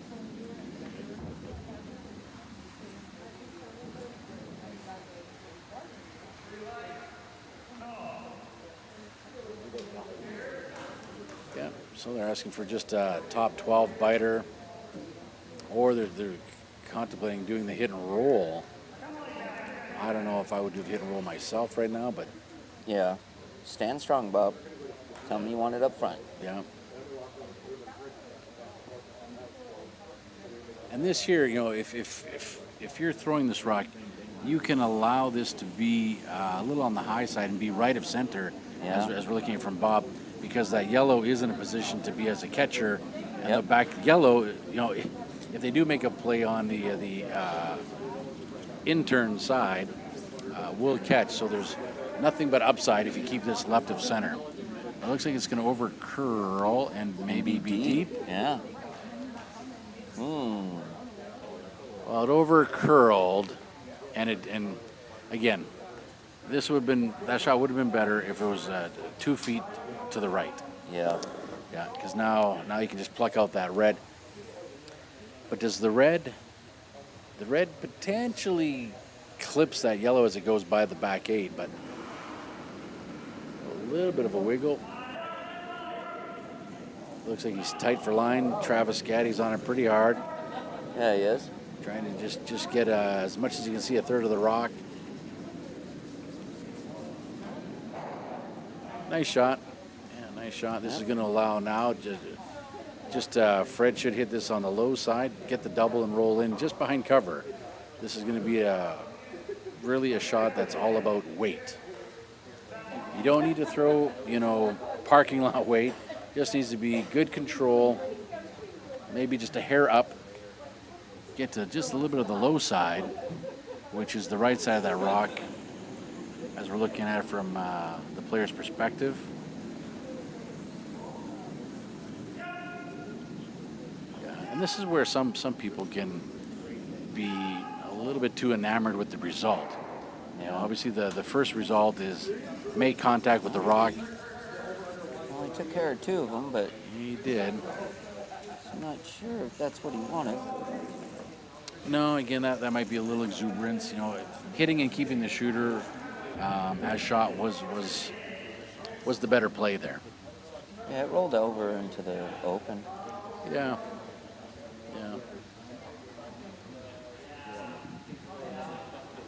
And again, if you're trying to do a steal, rolling that far open doesn't help you. again, the upside here is if Adams, nuts this, it is going to allow for another hit and roll attempt. Try to get closer to underneath that red guard. A little wobble.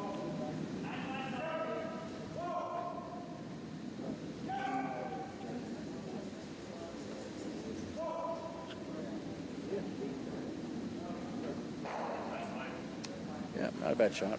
Does the job. Now we either freeze to that back yellow or hit and roll. I'd almost say the draw is probably the better call. It's a little more predictable, a little easier to control. The hit and rolls, they got to be just so perfect, right? They haven't really been shooting high percentages on the hit and rolls. No. This one is going to curl pretty darn good, so. And the upside is if they get it past that high guard, it is going to curl enough. You could rub off either yellow into a good position, so. Just get behind that top red. Yeah. It'd be nice if they keep that parallel to that rock that's staggering between the 12 and the 8 foot. All right.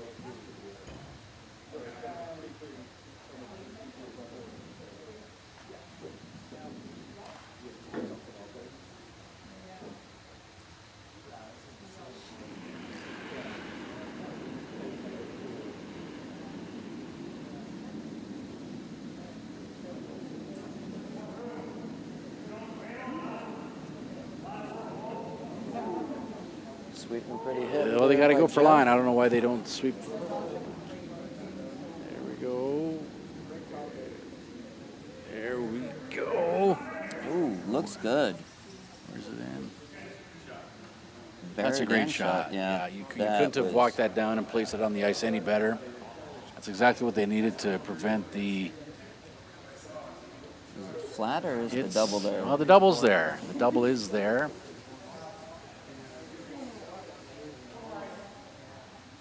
Double is there.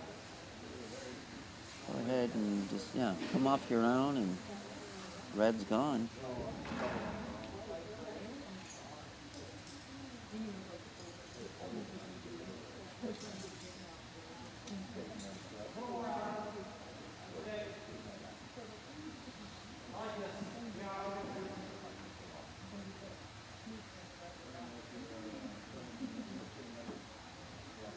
All right. Big opportunity here for Mike on his first.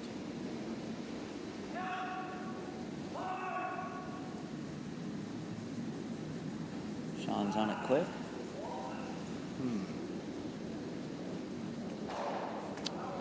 Ooh. All right. Bob's a little happy with that. Yeah, well, you're going to have to deal with that yellow now. You got to do the hit and roll. The only problem, the only problem here, of course, is if you make the hit and roll, you potentially leave an easier shot for Mike to hit the double out. Or if you hit and roll, you could shoot the rock that's just perfectly hidden out into to the open. So if anything here, you'd want to throw maybe like a board waiter and hit it just on the high side and roll to the right. Yeah. Just so that you're still in the edge of the 12. But try not to leave. Come on, Bob. Well, you could even just nut it. If you nut it, you're going to be high enough where I think so, yeah. Where you don't get the double. So that'd be a really thin double. Yeah. Well, it's exciting. Huh. We told you guys at home. This could change the game right here. It could be. Yep. Yeah. Here we go. Ooh, that's doable. That's a thin double. It is there. The thin double. Even if they do make the double, it should be going at quite a pace, where it may roll out. But it's going to be a while before it hits the tee line and have the other team sweep it out. So looks like Mike is saying, you know what?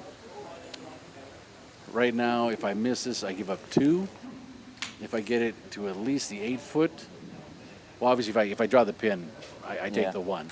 But I think this is a, Mike is an accountant, and a a restaurateur by day. So I'm sure he's looking at the risk versus reward right now. So upside he gets one, downside he maybe gives up one. So this is away. Sweepers aren't hating it. They're going after it now really hard now after it got to the break point. They're working at it, that's for sure. They're working at it for sure.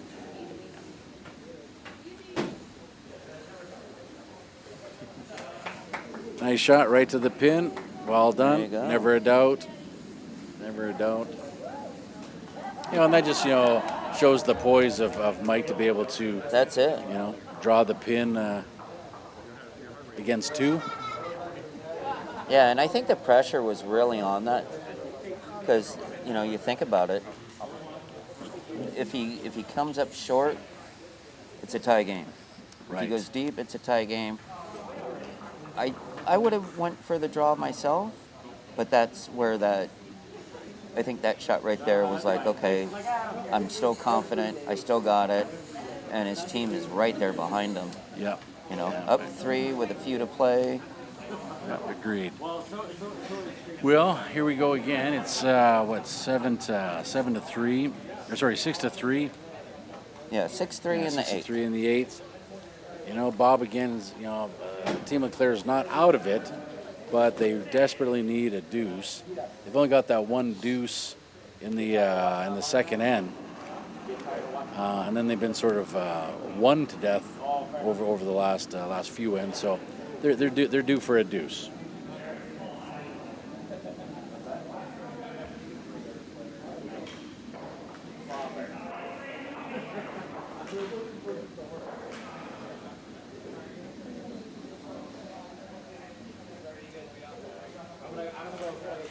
Yeah, I still think it's still anybody's game right now. It is, yep. Yeah, we really need a strong end by LeClair right now.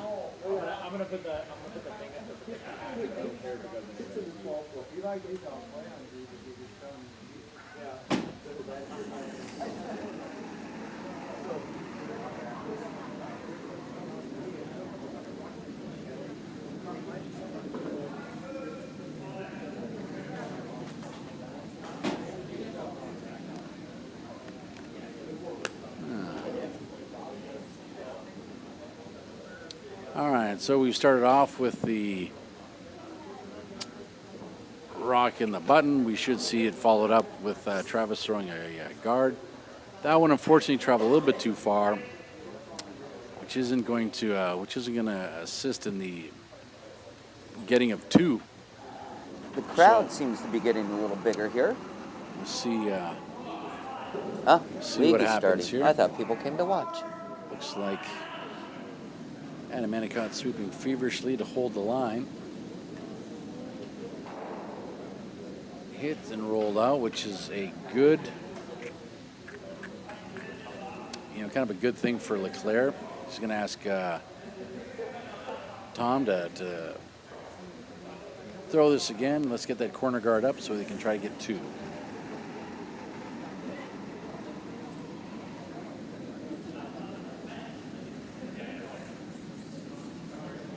Fred's lightly sweeping.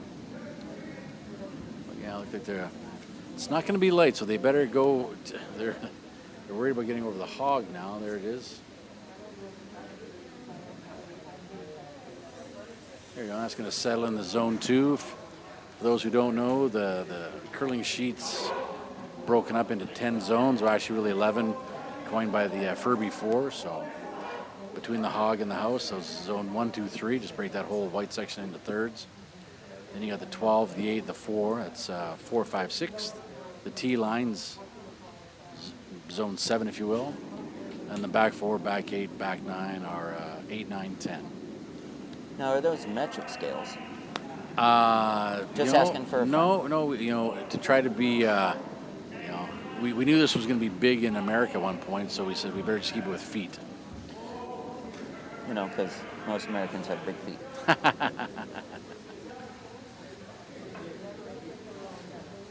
All right. So again, not a bad shot. And that's sort of kind of one of those gutsy. Let's put it in the let's put it biting the 12, just to sort of as a reminder to LeClair that hey, we're still here, and we really want to win this. And it does take away, it does make the draw path to try to come around that red a little bit more difficult.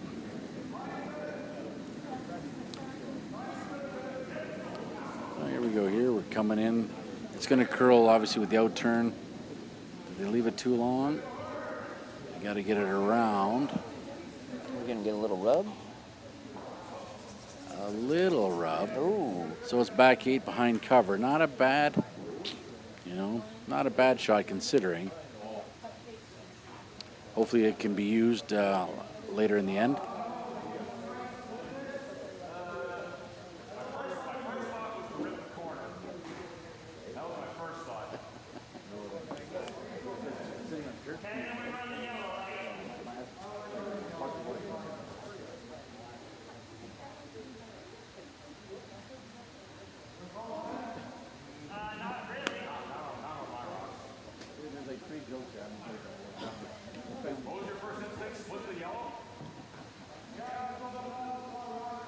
I'm not sure what Mike is thinking here. Okay. Waving up his arms like. Well, you know, that yellow that he threw just a minute ago was a good idea until Bob put that shot back 12 or back 8. So now, how do you know, I guess if it was me, probably something top 8, top 12 would be okay. Considering running the guards in, but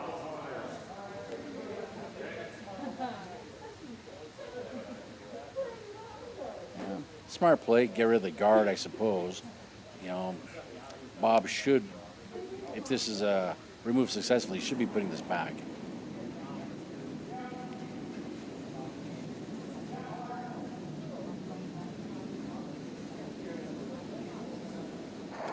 Oh, goodness. Thank you.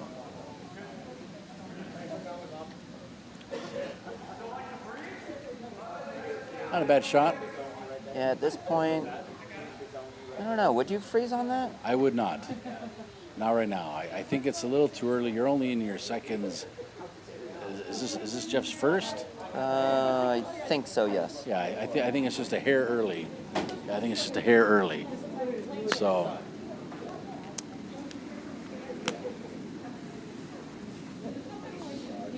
You know, the only reason why Bob might be doing this is that he just wants to have a big end. You know, he wants to try to just say, you know what? We're going for 3 here, boys. We're trying to tie it up right now. And when do you pull back on that? I mean, I don't mind the go for 3. Yeah, but see what he did when here. Do you pull that out? Well, scoreboard would tell you that, you know, it's probably now or the next end. For sure by the 8th, then you got to go for it. But right now they've just given an out. You know, that red rock that's in the back 8 was hidden up until this shot. Now all we have to do is just hit half of that red, and we got the double. And now it's tough to get the 2 back on the table. Yeah. This stays out though.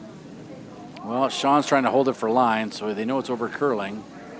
Are they going to kick their own out? Ooh, all right. That is a lucky miss. And again, it's that wall. It's that curl on the wall side. It's the out turn that does that. Bob should split the house right now, or throw up a guard.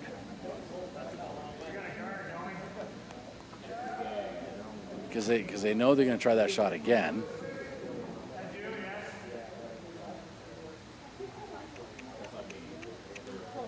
Yeah, I don't know if I would go. It's calling for. Well, this looks like a guard. He's way out there. This looks like they want something. Maybe maybe he's trying to. You know, we've all wanted to throw those shots that protects everything. You know, those big oval shots that protects any action.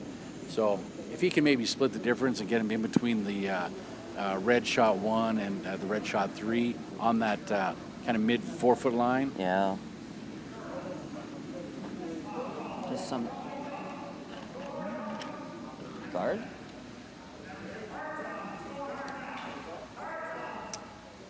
Okay. Yeah, well, they are shot 1. That's a nice, that's the right angle. Because now if they come at her from the outturn side,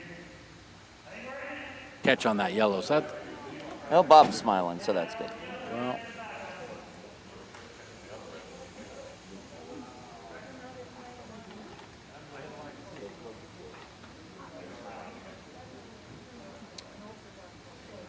So is Mike thinking, how am I going to keep him to 1?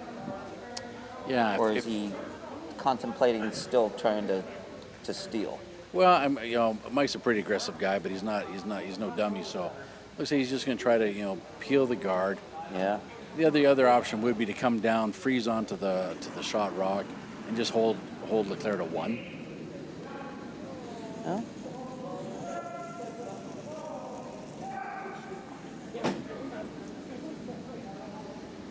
So he's clearing it for sure. Oh, got the There back you go. one. That's some bonus shot for you. Right, Adam's happy.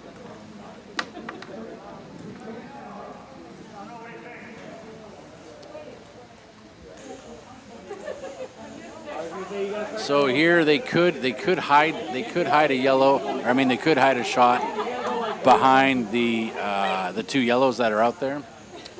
I think there's enough room for that. They could do that because they need 2. You could throw up 1 more guard.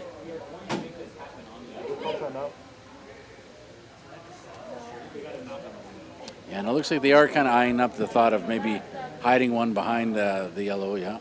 Yeah. Yeah, I think they've got lots of time. How are they doing the time? Can't see the clock. 12. Over 12 minutes. Oh yeah, so they got lots of time. They got plenty. I think Freddie was definitely saying, let's go behind. Jeff looked like he agreed with that. Yeah, they gotta get their 1 of 2 points locked down, and then they can manage to try to get the deuce. Where do you like to change gears on that, Daryl? Do you go with the 3rd second? I think do you take it all the way? I think the 3rd seconds is too far. I usually bail if I'm going to bail is usually the second rock or the 3rds first. That's where I like to go with the 3rds first. Yeah.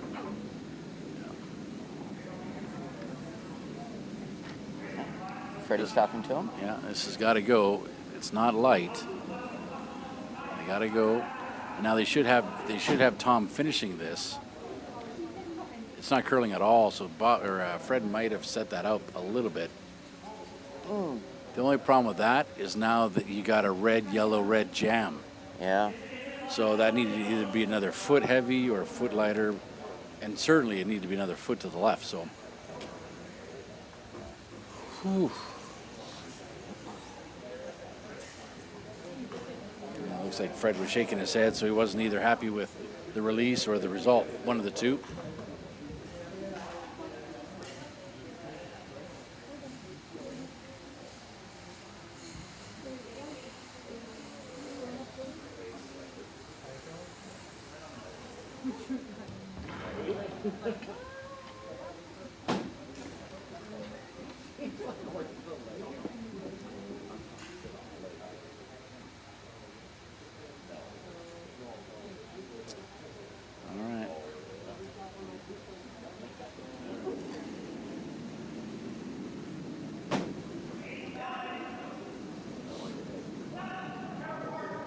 Calling for line.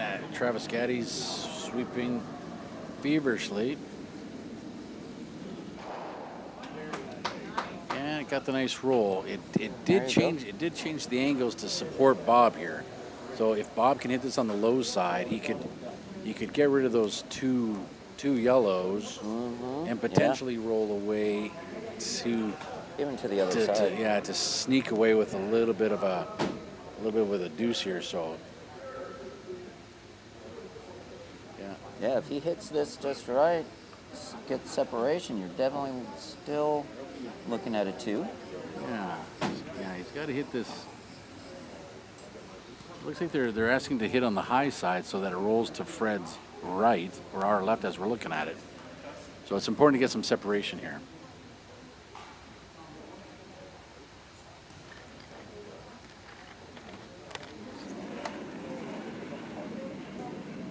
Ooh. Bob had a little wobble. Yeah, big shot. Mike's in the way. Yeah, looks like they got to curl it just a little bit. Ah, it's unfortunate. So it hit it a little too thin. Yeah, Gets rid real of the, thin. Gets rid of the shot, but it also loses the shooter. So this year, Mike doesn't really have to worry about that red just yet. All he needs to do is throw something top 4, center line. Force Bob to, if he does top line, center line, top 4, Bob can't go for the double, or else that yellow at the back 4 catches on the red. He's going to be forced to draw. So you can put this on lock right now.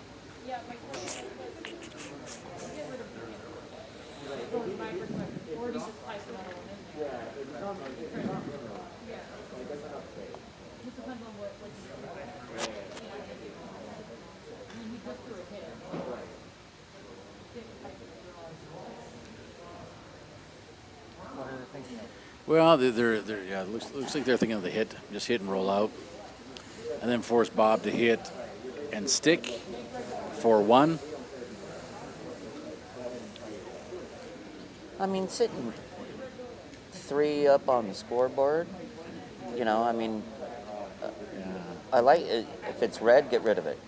I think that's what Mike's thinking. Yeah, but I think though you could put the foot a little bit down harder on Bob's neck if you put it center line 4. So force him to draw against 2. Yeah. Yeah. Ooh. Well, you can hear the collective oohs from the warm room. Everybody knows what happened. Everybody knows what happened there. So this is a... Bob throws anything in the paint, and it becomes a 1-point game. Right. Yeah. No, that's... again, it's those half shots, right? It's the miss here, miss there. Yeah. Yeah.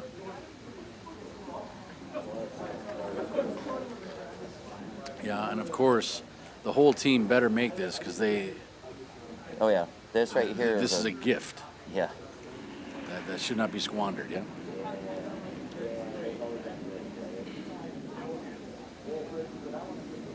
So it's certainly why they don't have any broom to it yet, keeping it clean. So if this picks... There you go. So Tom sweeping it out. Looks like it's going to be okay. Easy. It's all there. Nice. There you go. All right, we have a 1-point game. Well, I didn't see it working out like that, to be honest with you. A hard way to make a deuce or an easy way to make a deuce? Yeah, that's... if you're Team LeClair, you got to know that they had no right getting that deuce. It was a gift. It was That's a for gift, sure. Yeah. So after this game, they're going to have to put a round of drinks on their tab for that.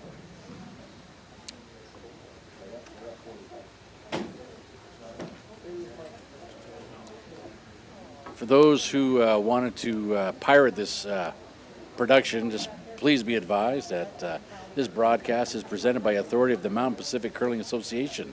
It may not be reproduced or retransmitted in any form without the expressed written consent of the Mountain Pacific Curling Association.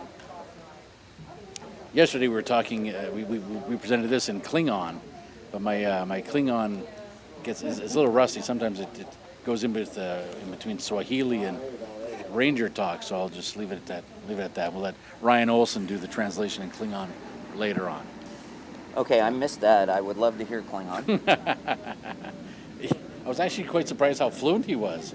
Mind you, this was after 20 hours at the club, and he starts going off in Klingon. I'm like, do I even know you? Like, he's got a lot of layers, this Ryan guy. All right, shots away. Center line, high guard again in the 2, and of course you'd want this a little closer because it's going to make it tough throwing your second center line guard closer to the rings. So it's obviously easier to throw your 3 and then to back it off and leave it in that zone 2, but Bob may want to come around. Looks like Travis is throwing. Yeah, Mike is calling to come around He's one guard. he's going right in the rings early. And I think Mike knows that the scales are in his favor a little bit. So I think he's saying, you know what? We don't mind a little bit of a complicated game. We've got a little bit of the advantage. You know, if we didn't give you those points. I agree with that. You know. But, I mean, I think Mike still has the upper hand. But, I mean, he's the one that had that half miss, let him get those two. But I think he's still in control of the game. Oh, yeah. But it definitely changed things only being 1 point versus the 3. Yeah, and it certainly does give the a little bit of momentum shift, a little bit of a breather, you know, to Team LeClair. But you definitely don't want to let the momentum change too much. Because that was like, I think that might have pumped up the old guys going, okay, we're in this. We're going to win this. Also, they can force this and have Hammer coming home. Yep. Score a deuce or more. There are those teams out there that like having that hammer in the end.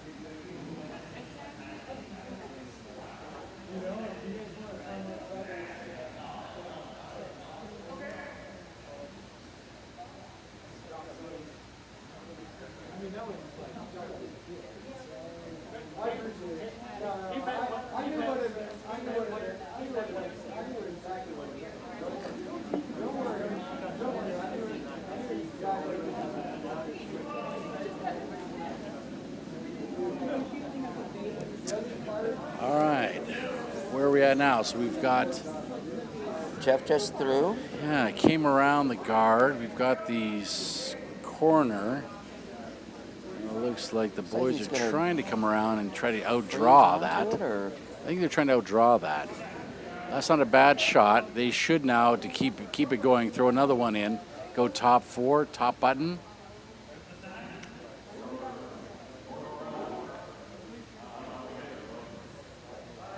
It's advantage Siggins right now. I'd probably come around the other side. They're thinking about all their options.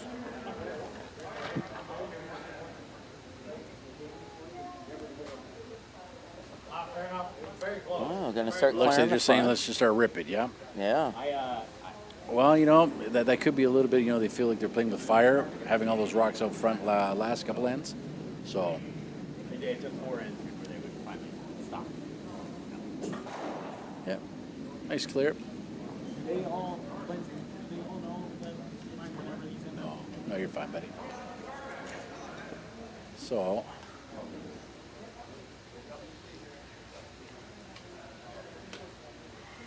Looks like Bob's calling in to go through that port.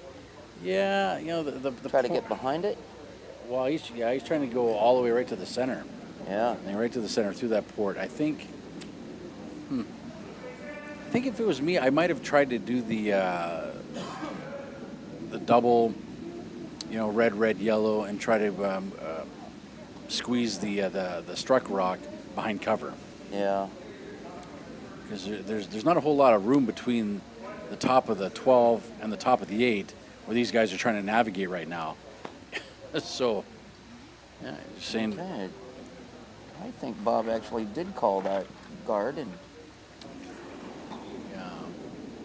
Sean's going to peel it.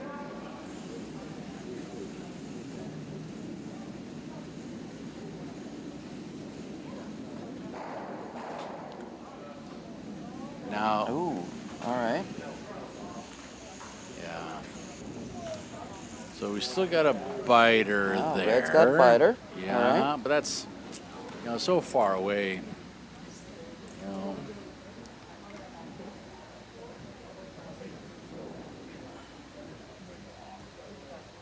So it looks like they're trying to draw around the corner guard. And it looks like, look at the ice he's given it. There's 6 feet of curl on this way where it's only, 3.5, 4 on the other way. So it looks like they're starting to respect the curl a little bit. That looks a hair tight if I had to be a betting man.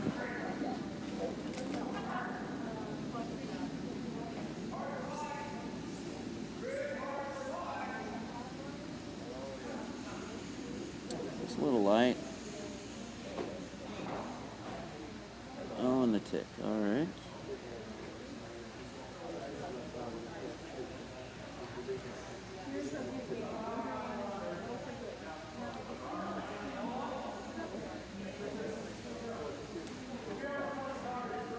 Okay. He's gonna keeps putting up his hands like he's not sure.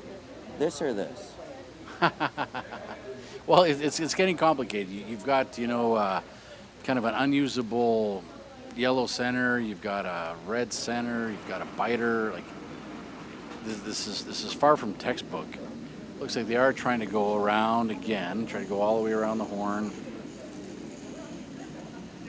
Why do they call it a horn, Daryl? I think it's maybe curious. the like the horn of Capricorn or something. The horn of South Africa. yeah, go around the horn. around the Yeah, horn. Oh, yeah, okay. yeah, the cape. Yeah. See? Ryan has all the answers. Yeah, so that one's just got caught up in the good stuff and was thrown through. So I'm not really sure if anybody's interested in putting something behind cover here.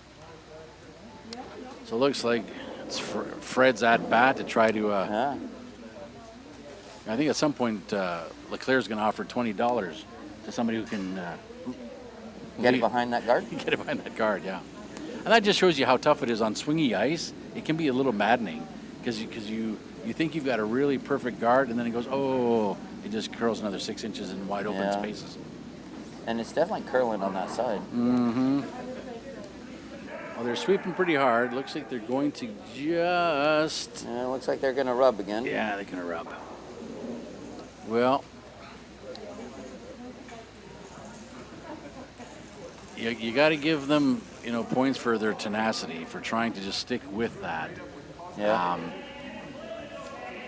So now you've got, a whole bunch of ports and rumbacks and picket fences. Like this end is shaping up to be a problem for both Siggins and LeClair. The scale is tipped just ever so slightly to LeClair because he's got that biter way out there in the wings. So. And he's up about a minute and a half on the clock. Yeah. But I think they both have plenty of time. But Yeah. So here goes Adams trying to. Looks like they're just trying to do a raise or get through that port because there is that. As we're looking at it. it's almost like if they hit it just right, get the rub and get them both on, split.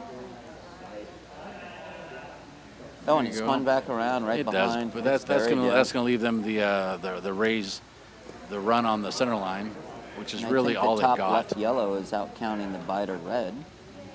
Yeah. Yeah, it did take away the. You've got the thin double if you wanted to do that, and you'd be behind cover, and that might be a good plan because it is on the straight side, so you don't have to worry about the curl. It does keep them. If you make it great. If you hit and roll over top of it, at least you've cut them down to just one. Yeah. And the double's there. Look at it. Yeah, the double. That is. You go to the curling encyclopedia, look up double. That's the picture you see. Yeah, you just hit a half rock, and you be behind cover. So, if you're Team LeClair, they're probably due a. Kind of a favor from the curling gods here, right? They're due for a break, yeah. Yeah. Let's see here. The rock's away. Yep. Jeff's jogging with it, so it's got plenty of weight. Freddie's kind of shaking his head like we're gonna go where? Yeah, I just hit it a little too firm. Yeah, didn't curl enough.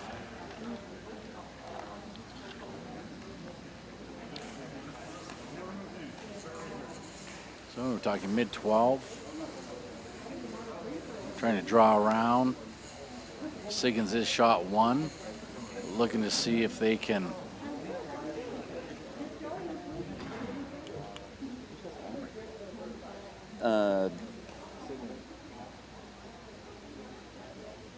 that is a good question. Okay, so yeah, this is Siggins first. So this could put some pressure. This could put Siggins' second shot in lockdown, force Bob to do something miraculously to hold him to 1 or 2, and then Mike can answer with his final rock. So key shot here for Siggins. This has got to be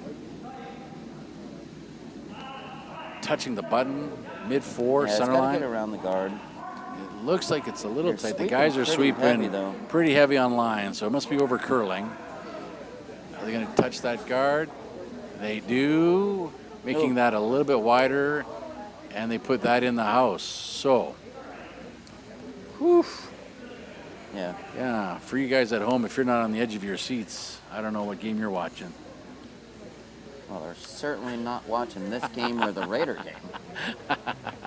All right, so this is The draw's really right there. It's easy. well. Bob's taking a deep breath. You would think that. It's right there. You would think that. That's certainly doable. There is the curl. We have seen rocks curl a little aggressively coming this way, so not sure if they just kind of maybe wore down the pebble. Let's see what happens here.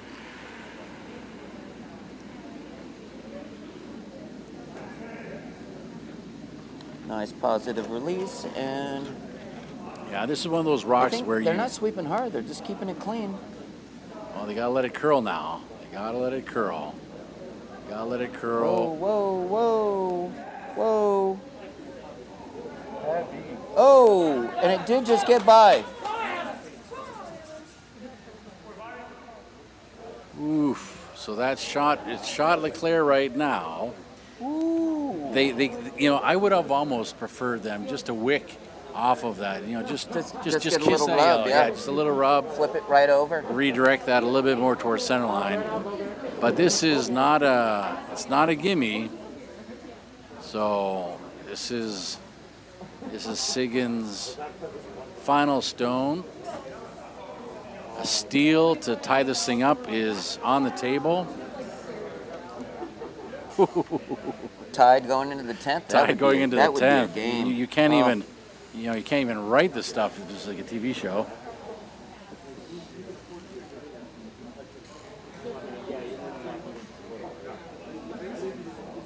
All right. There we go. The folks at home watching, is this a made shot or not? Ooh. What do you think, I Patrick? think I'm going to close my good eye and wait. All right, shots away. Sweepers are managing it, looking at it. Looks like think it's got enough weight. They're just staying next to it. They're watching it. Does it have too much weight, though? Does it have too much weight? I think this is going to be a good shot. It's going to curl through.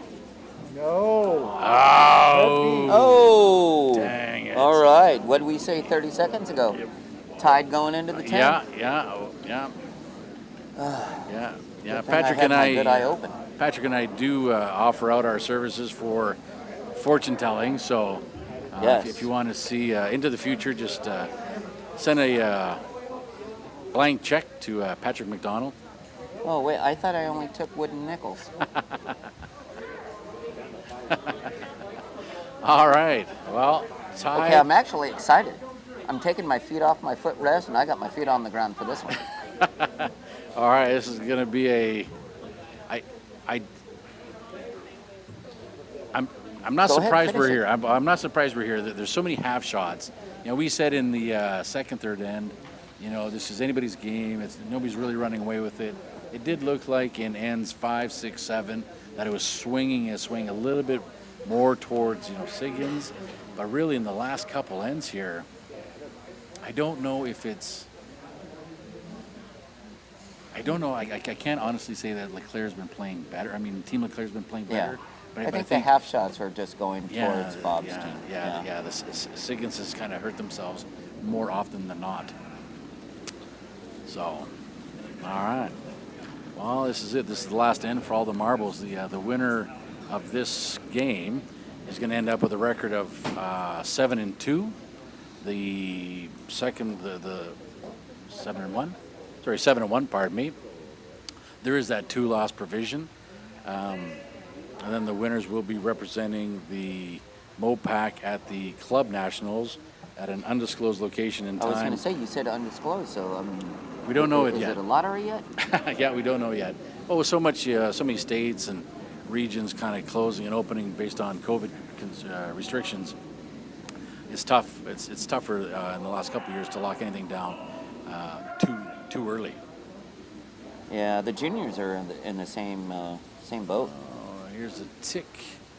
Here's a tick. Do they get it out? Looks like they. Ooh. Oh. That's as good as of a tick as you can get. Of course, you know, any rock that's in the 5-rock rule or not in the house, you can't knock it out of play, but you can do the tick, and that is in by a 1/4 inch.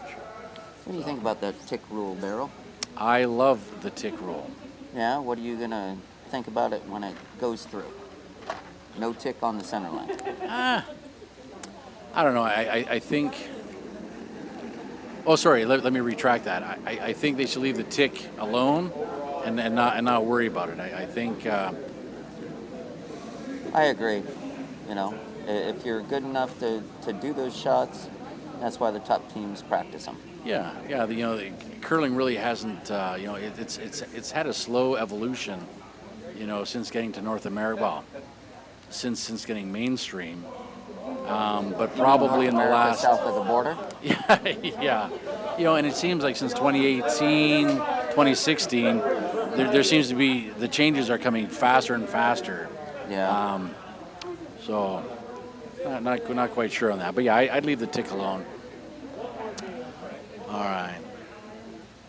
And you see Hasselberg and their team have sort of taken it to the WCF to state their case as to not changing that after the Olympics. Well, okay. Again, we this isn't really textbook. You know, they can't hit that red because it's not in the rings. Mike, I think, desperately wants to do some sort of a tick and roll in. But again, you know, you could just throw a guard here and try to get this back onto a little bit more of a traditional game. But it looks like they're, again, you know, Mike, you got to love them for being aggressive. Looks like they're trying to play a bit of a tick here. Yeah. Like a rub and roll on. You know, push the yellow on a little bit further in and roll in behind the red guard. Once that red one gets on, then go after it. I mean, it's tied in the 10th. That's going to be replaced. That's going to be replaced. Yeah, but they shouldn't have really had 2 sweepers behind the tee line, but yeah.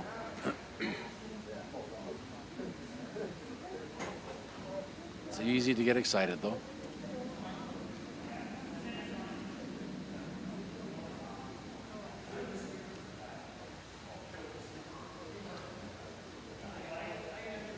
And it looks like that rock's been put back a little further away from the rings as it. Yeah, just a little bit. Just a little bit, yeah. But it looks like both teams are happy with where it's at. Yep.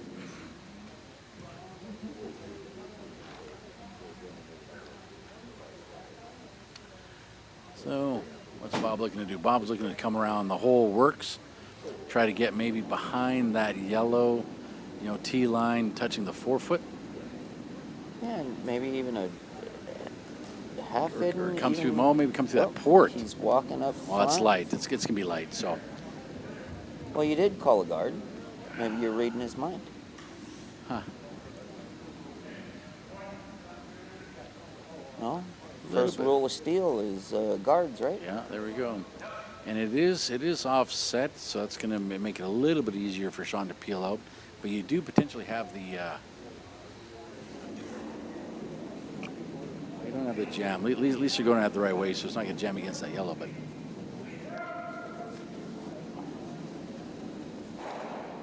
we go. So Bob should throw at least 3 more before coming into the house. Yeah.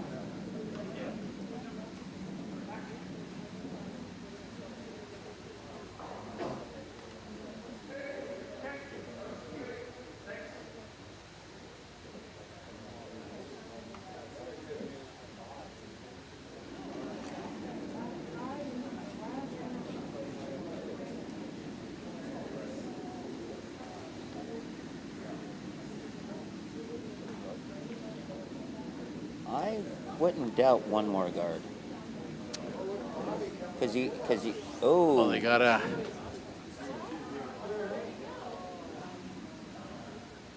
There we go. Yeah, I think.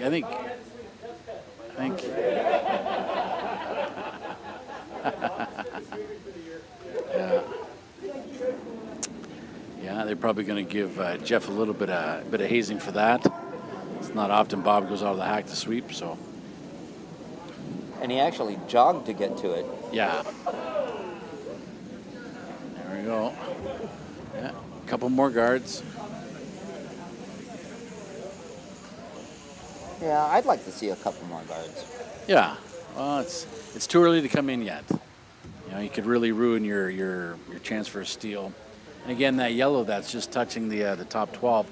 That's easy for a roll and hit and roll behind that red. Yeah. So it's good just to leave that sit and simmer for a bit.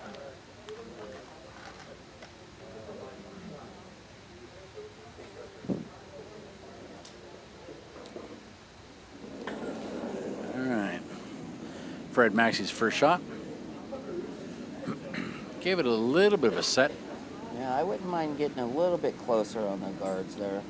Yeah, I'd actually like to see this one maybe be a little left of center. It doesn't have to be right on center, because then you might potentially, if Sean goes to clean it out again, you might get a jam on that yellow. Yeah. No, it's high enough, so it's... Okay. They're going to try to rip it for sure. And we're going to do this until all the rocks are gone. Yes.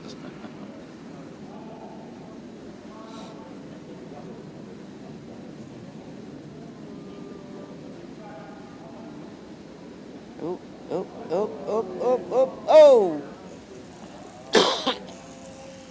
Yeah, there's the miss they were looking for. There's the miss they were looking for. So now they need to loop one in around there, put it top 4. You think this is on the center time line. to come in? Right now. Right now, yeah. Because this is your second. That's true, yeah. So yeah, they got to make this. This is a key shot. You know, this can absolve Fred for all of the misses in that last game if he makes this right now.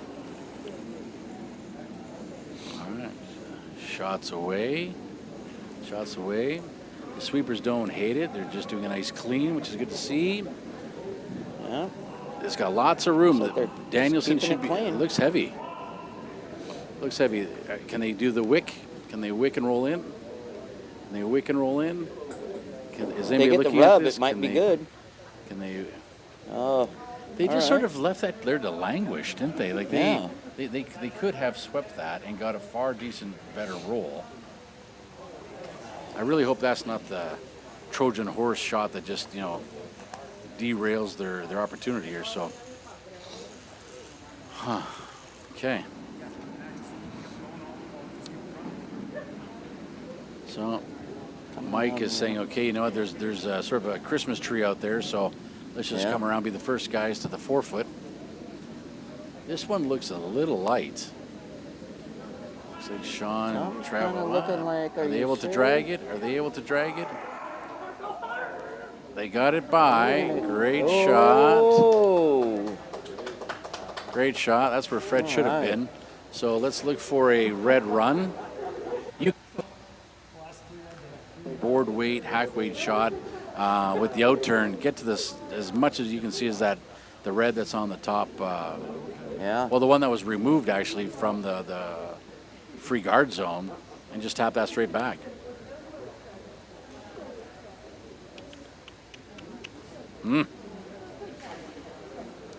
That's really what you've got right now, so there's not really much to talk about. I throw sort of a back line, hack maximum, just tap that back. And it looks like, you know, if you can get anywhere close to nose of that red rock that's outside the house, you're going to be in fine form. Plus, you'll be leaving your rock you just threw out there as a guard. So, really important shot here. They know it's going to curl. Fred's going to have to manage this rock the minute it leaves Bob's hands.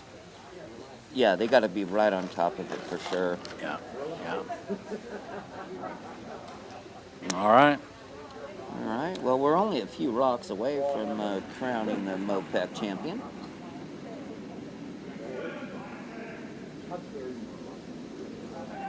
Yeah, it's been a long weekend.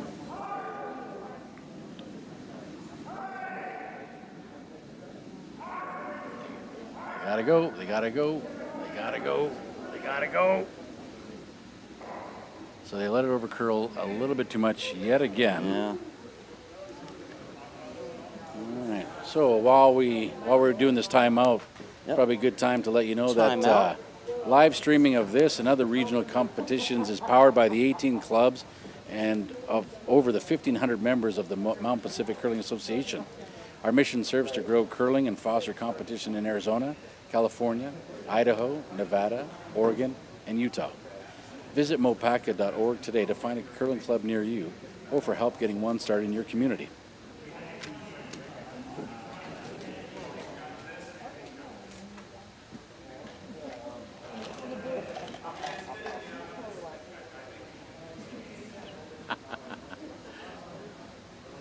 Andrew Tully puts in the chat, you know, the tension mounts. I shudder with anticipation. It kind of reads like one of those Danielle Steele novels. Yeah. Yeah. The heaving bosom, sweaty brow. Oh my. And all we're doing is talking about rocks. Don't blame me. Blame Andrew. Yeah. Plus, there's a couple 40 creeks who go, who knows? Who knows? Yeah, yeah. He may be enabling me just a tad. Yeah.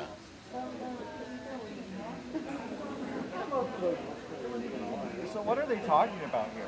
What to do? How do you, You know, I think they need to. This is the decision of, you know, do you guard that? Or do you hit and roll? Or do you hit and roll?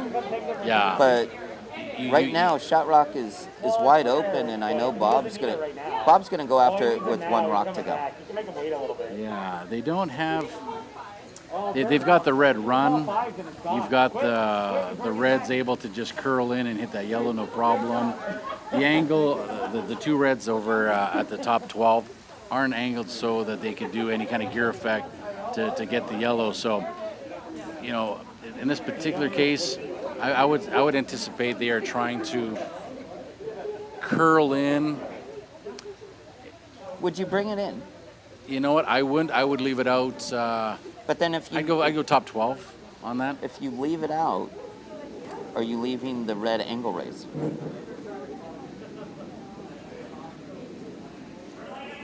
There we go. Mike's first is away.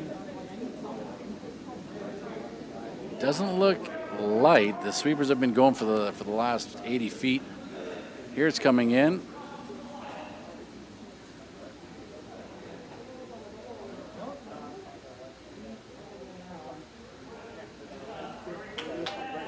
Yeah, nice shot. Not sure if the angle is there, if they can get by that center line guard, if they can double those yellow out. Yeah. Or if and really by putting that rock there, it takes away that angle raise that I'm sure they were worried about. It looks like Fred's thinking that's what's doable.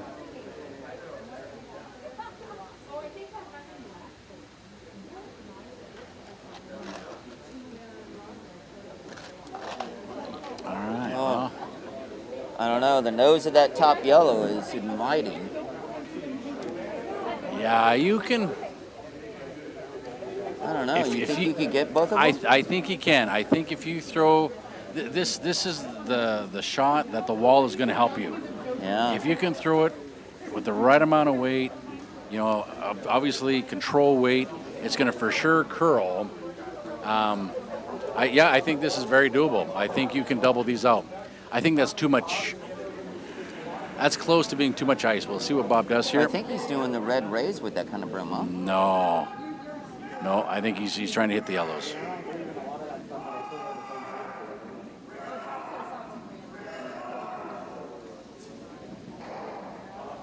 I guess they were. Yeah, last game. We now have a winner. Oh. It's Mike Siggins, Team Siggins is going to be the 2022 Men's Mountain Pacific Championship, going out to an unknown location, unknown time to represent MoPac.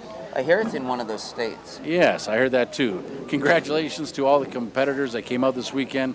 Thank you to Ryan Olson, our production team, for getting all of this ready to rock and this telestream available to all of you. Thanks everyone for watching. It's been a great 3-4 days.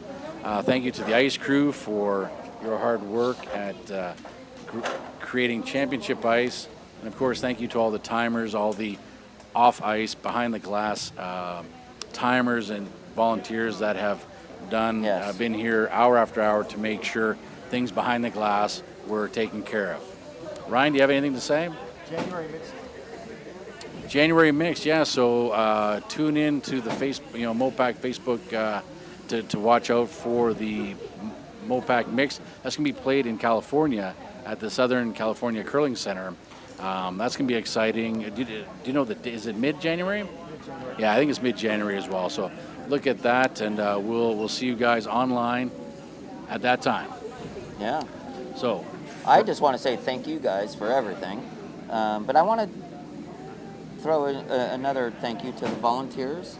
You know, the timers, everything. I mean, went smooth. But the ice guys, not only were they doing the ice, they played. Yes. So they were doing double duty, and I think that's pretty awesome. You said duty. I said duty. I'm sorry. Also, the teams that traveled.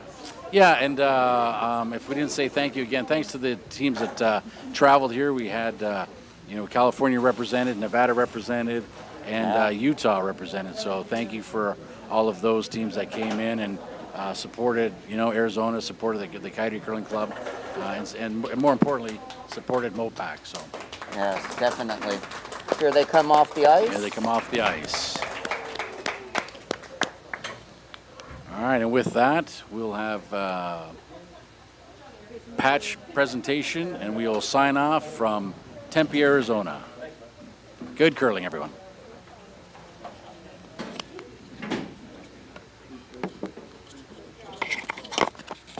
Can you just put those in?